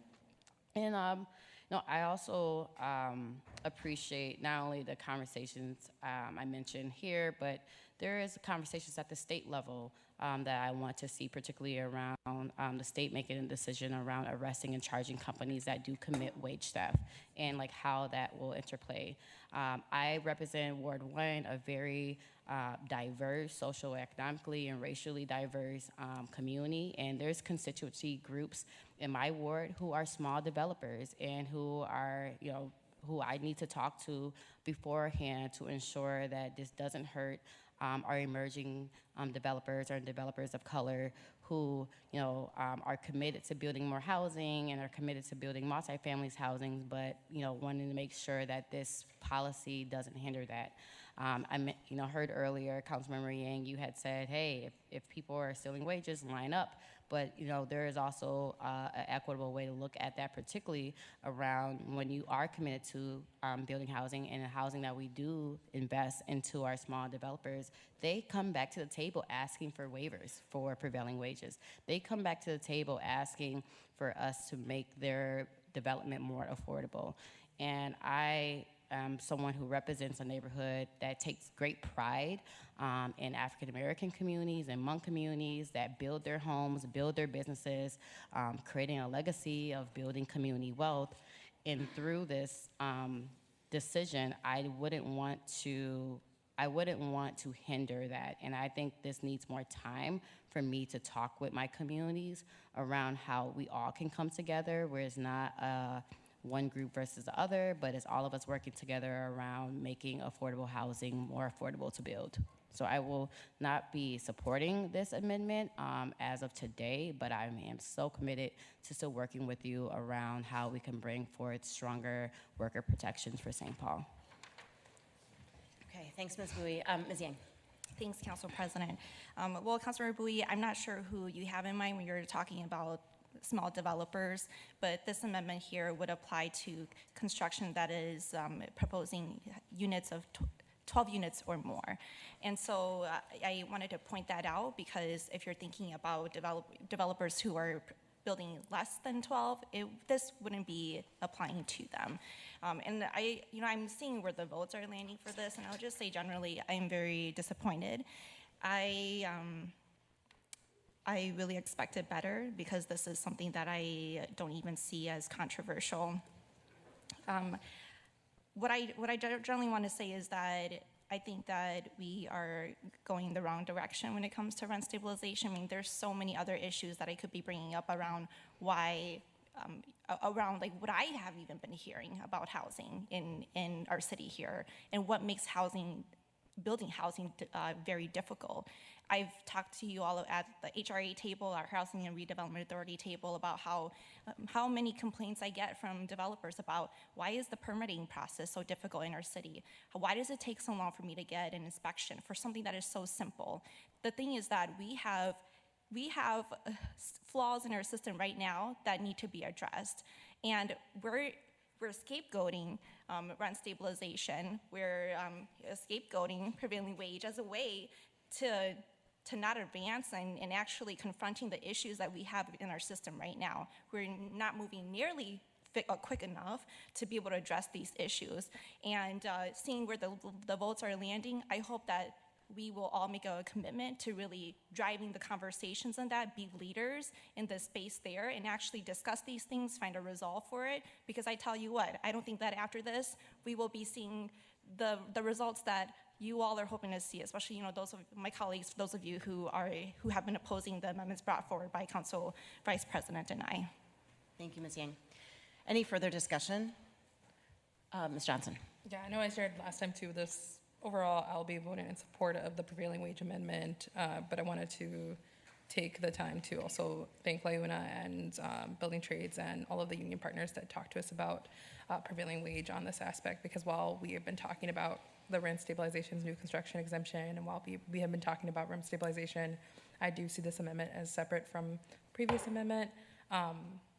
I appreciate the comments just a little bit about some of the smaller developers. It was actually a concern that I had had up until the language was changed to be limited to just 12 units, to like folks that are, to projects that are 12 units or more. That is different than some of the language we are doing regarding the new construction exemption, which does not have a small landlord or small developer limitation. I think that one of the things that is continuing to come up is how we're inviting people to the conversation. So whether or not this passes today, I will just say, like, I really want to see the housing study that, you know, I was really vocal in the last budget cycle as vice chair of the Housing and Redevelopment Authority to literally put the $100,000 council prioritized housing policy evaluation in the budget. I did that because we all sat at the retreat last year and said that that was something that was really important to us to see. And it wasn't because we needed to, do that. It was because that was a desire last year for us unanimously to support a housing policy evaluation that would go into place to give us key findings on things that I really wanted to look at. One of those things was prevailing wage. And I just share with you that, like, it's unfortunate that this is the platform in which we're discussing prevailing wage, and I think that kind of goes to my previous conversations and previous comments. We did not have a chance to fully, I feel like, explore alternatives to what's in front of us when it was proposed. And I think that that is the biggest misstep of this entire process, because it makes it appear as if this wasn't a multi-year conversation. If there haven't been multiple conversations with council members, in the administration, with the city attorney's office, with I'm sure LiUNA and their team. And so I just recenter us in the aspect that, like, this isn't a new idea. This didn't just come out of nowhere. It was previously introduced by a previous council member who is no longer here. So it kind of falls into that tenant protections category where I'm talking about things that we made promises about in the past that we didn't really necessarily deliver on. I think prevailing wage, hopefully, eventually we can get to a place where prevailing wage isn't, the context of talking about prevailing wage isn't that it's some sort of barrier to future construction, because the reality is, like, the way that the cost of living is continuing to increase, at some point prevailing wage is going to be what's acceptable in order to keep individuals, to keep our St. Paul residents in their homes. And so that's the conversation that I look forward to having in the future, whether it passes today or not. So I just share that with my union partners that are in the room. I share that with our workers that are watching from home. And I hope that we continue to have that conversation, because to me, prevailing wage doesn't just go away with today's decision. But I've continued to be a steadfast supporter of prevailing wage, and I was on record with doing that. I had several labor supporters because of it, and I'm a daughter of a union father, and so I will be supporting prevailing wage on pretty much any projects that I look forward to seeing happen through the city. So, great. Thank you. Thank you, Chair Johnson. Vice President Kim, and then I think if folks are okay, I'd like to move to a vote. Yeah, I know so. So I'll be just very brief. This vote that's happening is a pro-worker, pro-labor vote, and prevailing wage amendment is a pro-worker vote. It's a pro-worker amendment, and the City of St. Paul should stand for workers and organized labor. The St. Paul Regional Labor Federation unanimously adopted a resolution of support for this amendment. The St. Paul building trades are here. SEIU sent a letter, hopefully all of you saw it, it was attached to the record. Prevailing wages are living wages for our construction workers, and the workers who build the housing in St. Paul should be able to afford the housing in St. Paul. Construction workers are among the most vulnerable to wage theft and labor violations. Our migrant workers are particularly vulnerable and are likelier to feel dissuaded from filing wage theft complaints. The current federal government's immigration policies will only make it more difficult for migrant workers to file labor theft or labor violations. Prevailing wage protects workers, provides livable wages, safer working conditions, and reduces income inequalities. And earlier this year, we passed the wage theft ordinance. But again, I stand on this opinion, but do you know what's even better than having a mechanism to punish wage theft? And I believe the response is the vote that we will take today. It's having prevailing wage. Prevailing wage is just another tool, again, in our toolbox that addresses wage theft, misclassification fraud, and exploitation in the construction industry. Wage theft is a problem that hurts workers, law-abiding employers, and is a social safety net for St. Paul taxpayers. Requiring prevailing wage will help good contractors, just like Ryan, just like Widener, who pay living wages to compete with bad contractors who engage in wage theft and misclassification fraud and exploitation of undocumented immigrants and low-wage workers. I just want to leave with a thought because I feel like all of our labor partners that are in the room really said it best. It comes from the North Star Prosperity Report, who I didn't realize would be here today. A final victim of wage theft is the honest business owners who are often unable to compete with the contractors that illegally slash labor costs through wage theft. The resulting race to the bottom dynamic leaves businesses in an impossible situation, either lose out on contracts or engage in their own worker exploitation to remain competitive. Only government intervention can prevent this dilemma. And I believe that we have a very clear role to play. With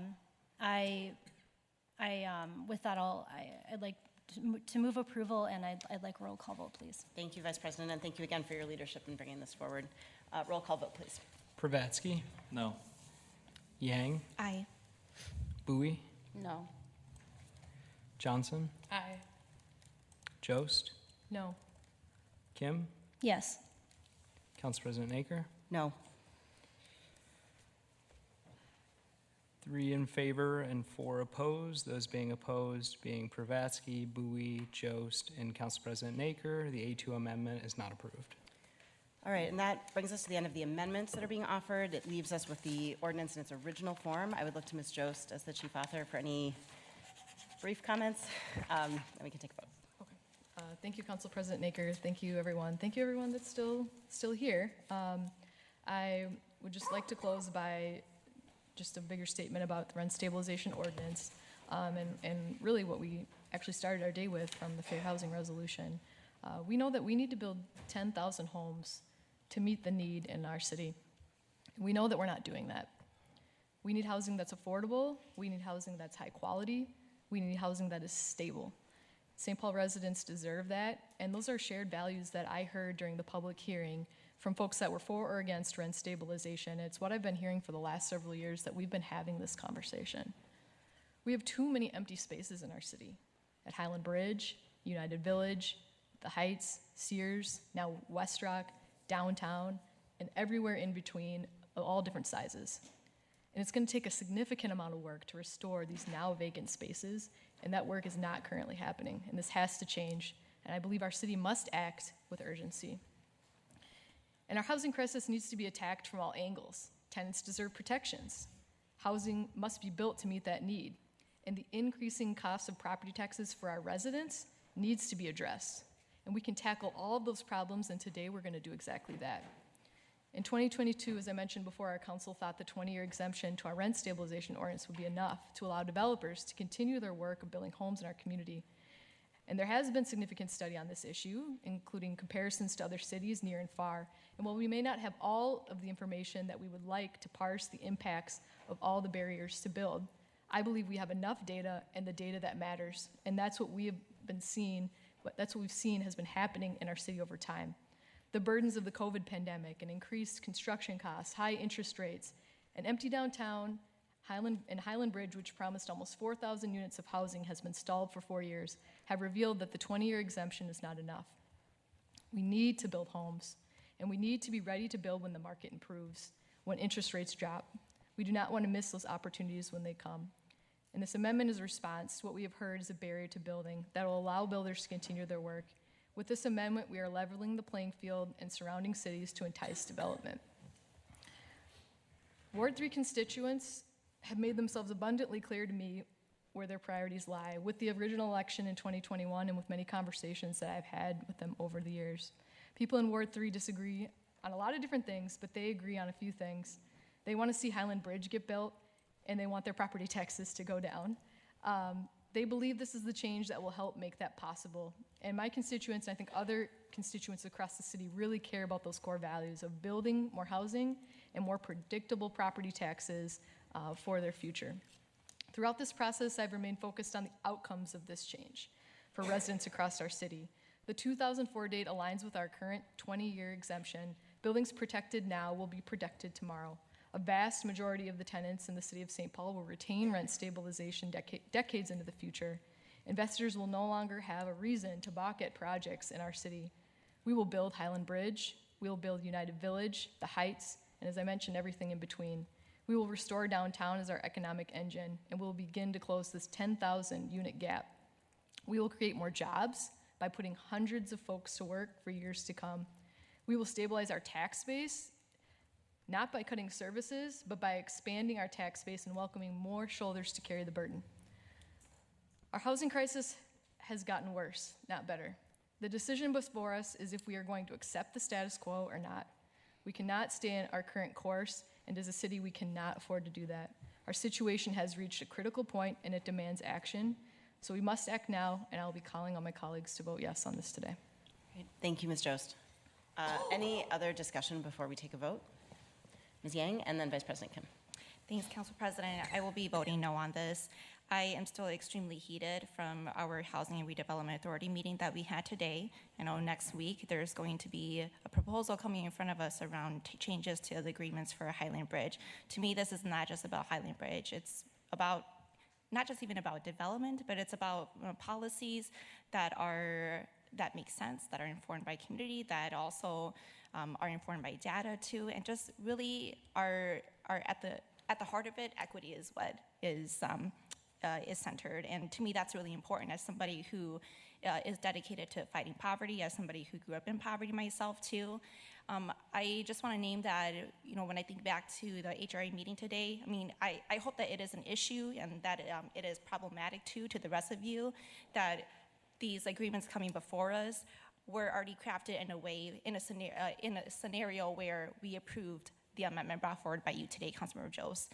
That is very problematic to me.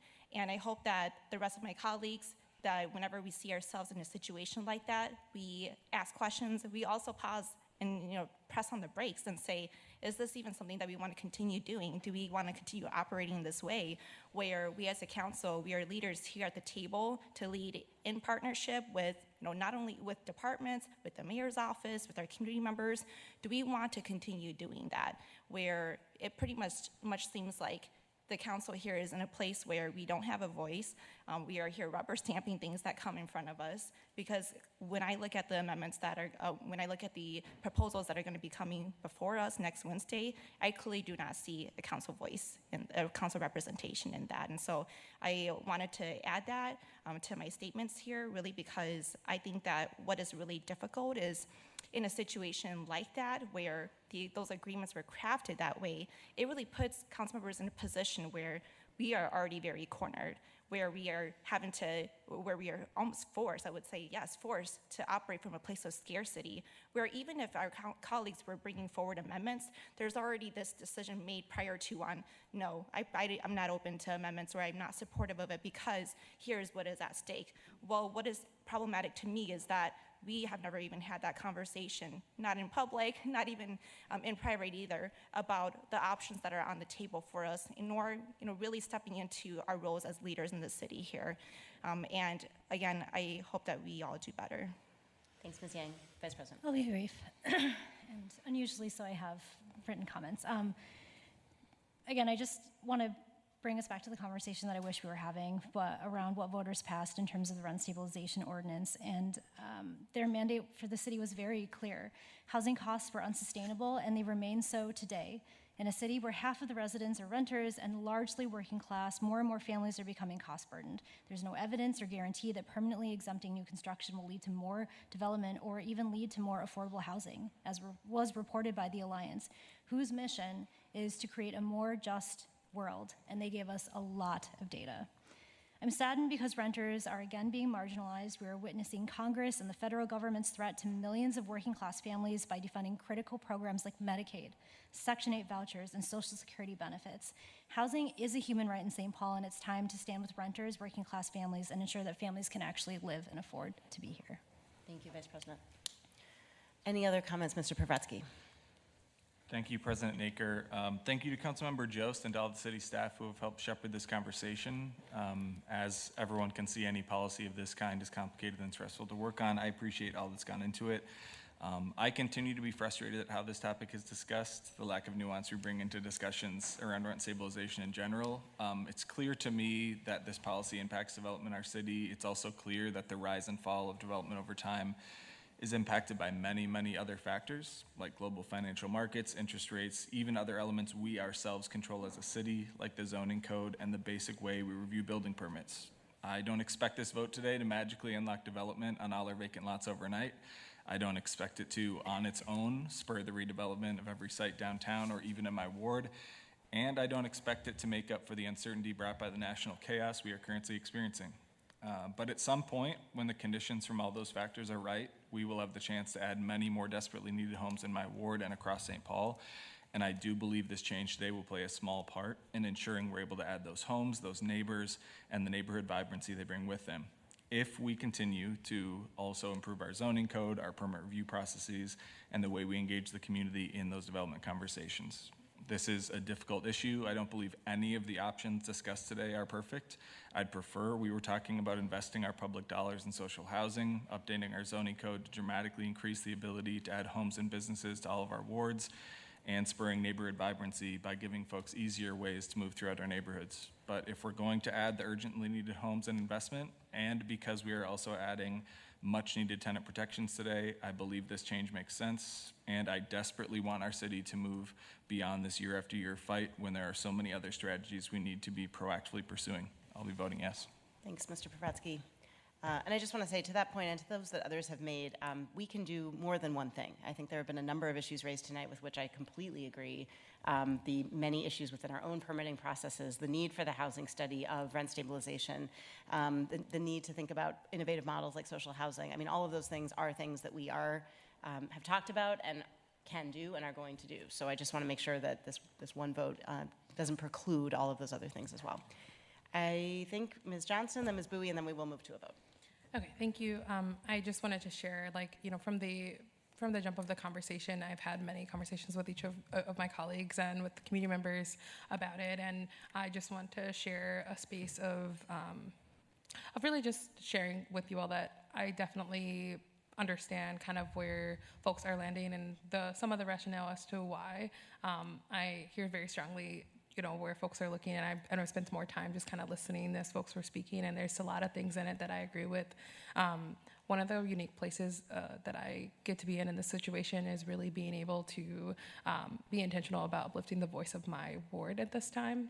And I have had many conversations surrounding tenant protections and rent stabilization over the last year and a half, but for sure, since the overall announcement of this exemption, I was very intentional, especially around the outreach and the community engagement. And I'm so thankful that we allowed time for that. I'm so thankful to the leadership of Councilmember Jost and Council President Naker on ensuring that we were intentional about having both the tenant protections conversation and the rent stabilization conversation, because as I said before, when I brought forward the aspect of revitalizing tenant protections, it was under the condition that they moved together. And I also recognize that this could have moved forward without tenant protections and the conversation had it not been for the collaboration in that sense. And so I want to be able to name that, make space for that, and share that in both cases, to me, this is where the will of the council will lie. At the same time, for me, I did not receive a lot of Ward 7 support from residents around the new construction exemption. I did not have individuals calling me and begging for the support for the permanent new exemption from my ward. When I would go to my ward conversations and my East Side conversations, what came up to me was a lot of emphasis on what has been more universal and I guess unanimously approved was the tenant protections and the safer housing policies that were created before. And so I know I've had the chance to at least share with you all how over time, as I've had a chance to learn from and hear from more people, it remains unclear to me that I think the permanent exemption is a bit of a jump. And I think the slight misstep here is that I think we could have done better in involving renters in the conversation. And because we are not adding prevailing wage to this amendment, because we didn't even, we weren't allowing room for that. And it's not the only reason, because I know that some of the same folks advocating for prevailing wage are also advocating for this exemption. But I go back to, it's really important for me in all policy discussions that we at least all entertain and fully consider alternatives. And I just didn't feel like we did that in this case. I think we kind of jumped to this as the solution. And so I will be voting no today, but I also see and hear from the support. And it's mostly because right now my vote is not needed for this to pass today. I can actually vote in alignment with people in my ward, and I don't have to support this today, so I'm not going to. Thanks, Ms. Johnson. Ms. Bowie. Thank you. Okay, last but not least, I know I really, truly appreciate everything that was said. I know we don't all agree, and we all represent very diverse and unique residents of our throughout the city. You know, I want to just share too, as I'm approaching this vote, you know, I'm thinking really deeply about the lived experience, not only of myself, a representative of my ward, as a renter, as someone who has experienced homelessness, as someone who is now a homeowner, as someone who is also a landlord, to families who have been in and out of shelters, who have experienced when the criminal justice system, and also someone who have learned and spent hours crunching numbers on spreadsheets to make development projects happen. We all put in a lot of work and a lot of time. Really, overall, like I mentioned time and time again, the goal is to make sure we can actually build affordable housing at an affordable rate. And I just want to echo that. That is the lens. That is the goal. In the last month, I have been in conversations with my community members, particularly thinking more broadly around our housing development and our economic crisis and our housing crisis. And I have been reading a book that some people may be familiar with, Ezra Klein's book called Abundance. And it talks about the barriers to building mass housing at scale. And also some of those barriers stems from failed government policies that try to regulate their way into more development. And I lead with the question, you know, how do we create an abundance of affordable and accessible housing here in St. Paul? I really want us to approach everything that we do in that manner. How are our residents, you know, going to ensure that they receive abundance in housing options? And I strongly believe we will never get to abundance if we make it difficult to increase that housing supply, whether that is policy, whether that's the rhetoric, whether that is, you know, not including certain people into this conversation. And I already had mentioned, I don't want to talk about since its passage, but I think, you know, we've had an opportunity to not only face the music, but also grieve in the process of, you know, the past of how we got here. But I really want to echo and remind folks that this is not the ultimate end goal. We have so much more work to do, and I'm committed to that work. I also represent a ward that was one of the largest, you know, commercial corridors, now lays dormant and has lost nearly $1 billion of tax revenue that now is on the backs of property tax owners. And that gap is felt by people, whether or not they know it's coming from rent control, whether or not they know it's coming from housing development. So I really believe that this policy is not abandoning renters. It's creating a foundation for meaningful investments in housing, in stronger policies, and tenant protections. And we need a long-term strategy that incentivizes this conversation, reduces the cost, and ensures affordability for all St. Paul residents. So I appreciate all the hard work that went into it, but this is not a period. This is just a comma, because we're going to ensure that we are moving forward with conducting the study, with looking at prevailing wages, with making sure that we are banning the box and ensuring that there's not discrimination. But most importantly, looking, you know, one of the things that I've talked about in the retreats, I'm really passionate about public options, so we can drive the market in a way to where we're not treating housing as only as a commodity, but housing is a public good. And particularly in my neighborhood, we have those examples. We have fully financed, subsidized properties that are owned by community, that are developed by community, and we have a model that we can build upon. So that's why I am continuing to remain steadfast to ensuring that we are relieving the tax base from property owners, but welcoming investment and signaling to the entire country and to the world that St. Paul is a place for you to build. St. Paul is a place for you to make sure that people have housing and have multiple options of housing. Great. Thank you, Ms. Bowie. Thanks to everyone for the robust conversation. I think we're ready to move to a vote. We'll do a roll call vote. And a vote, this is, aye is for the amendment to rent stabilization, the 2004, and a vote against is against that amendment. Pravatsky. Yes. Yang. No. Bowie. Yes. Johnson. No. Jost. Yes. Kim. No. Council President Naker. Aye. 4 in favor, 3 opposed. Those being opposed, Council Members Yang, Johnson, Kim. The ordinance is adopted. I want to thank everyone for coming out for the public hearing. I know some folks will be leaving the chambers.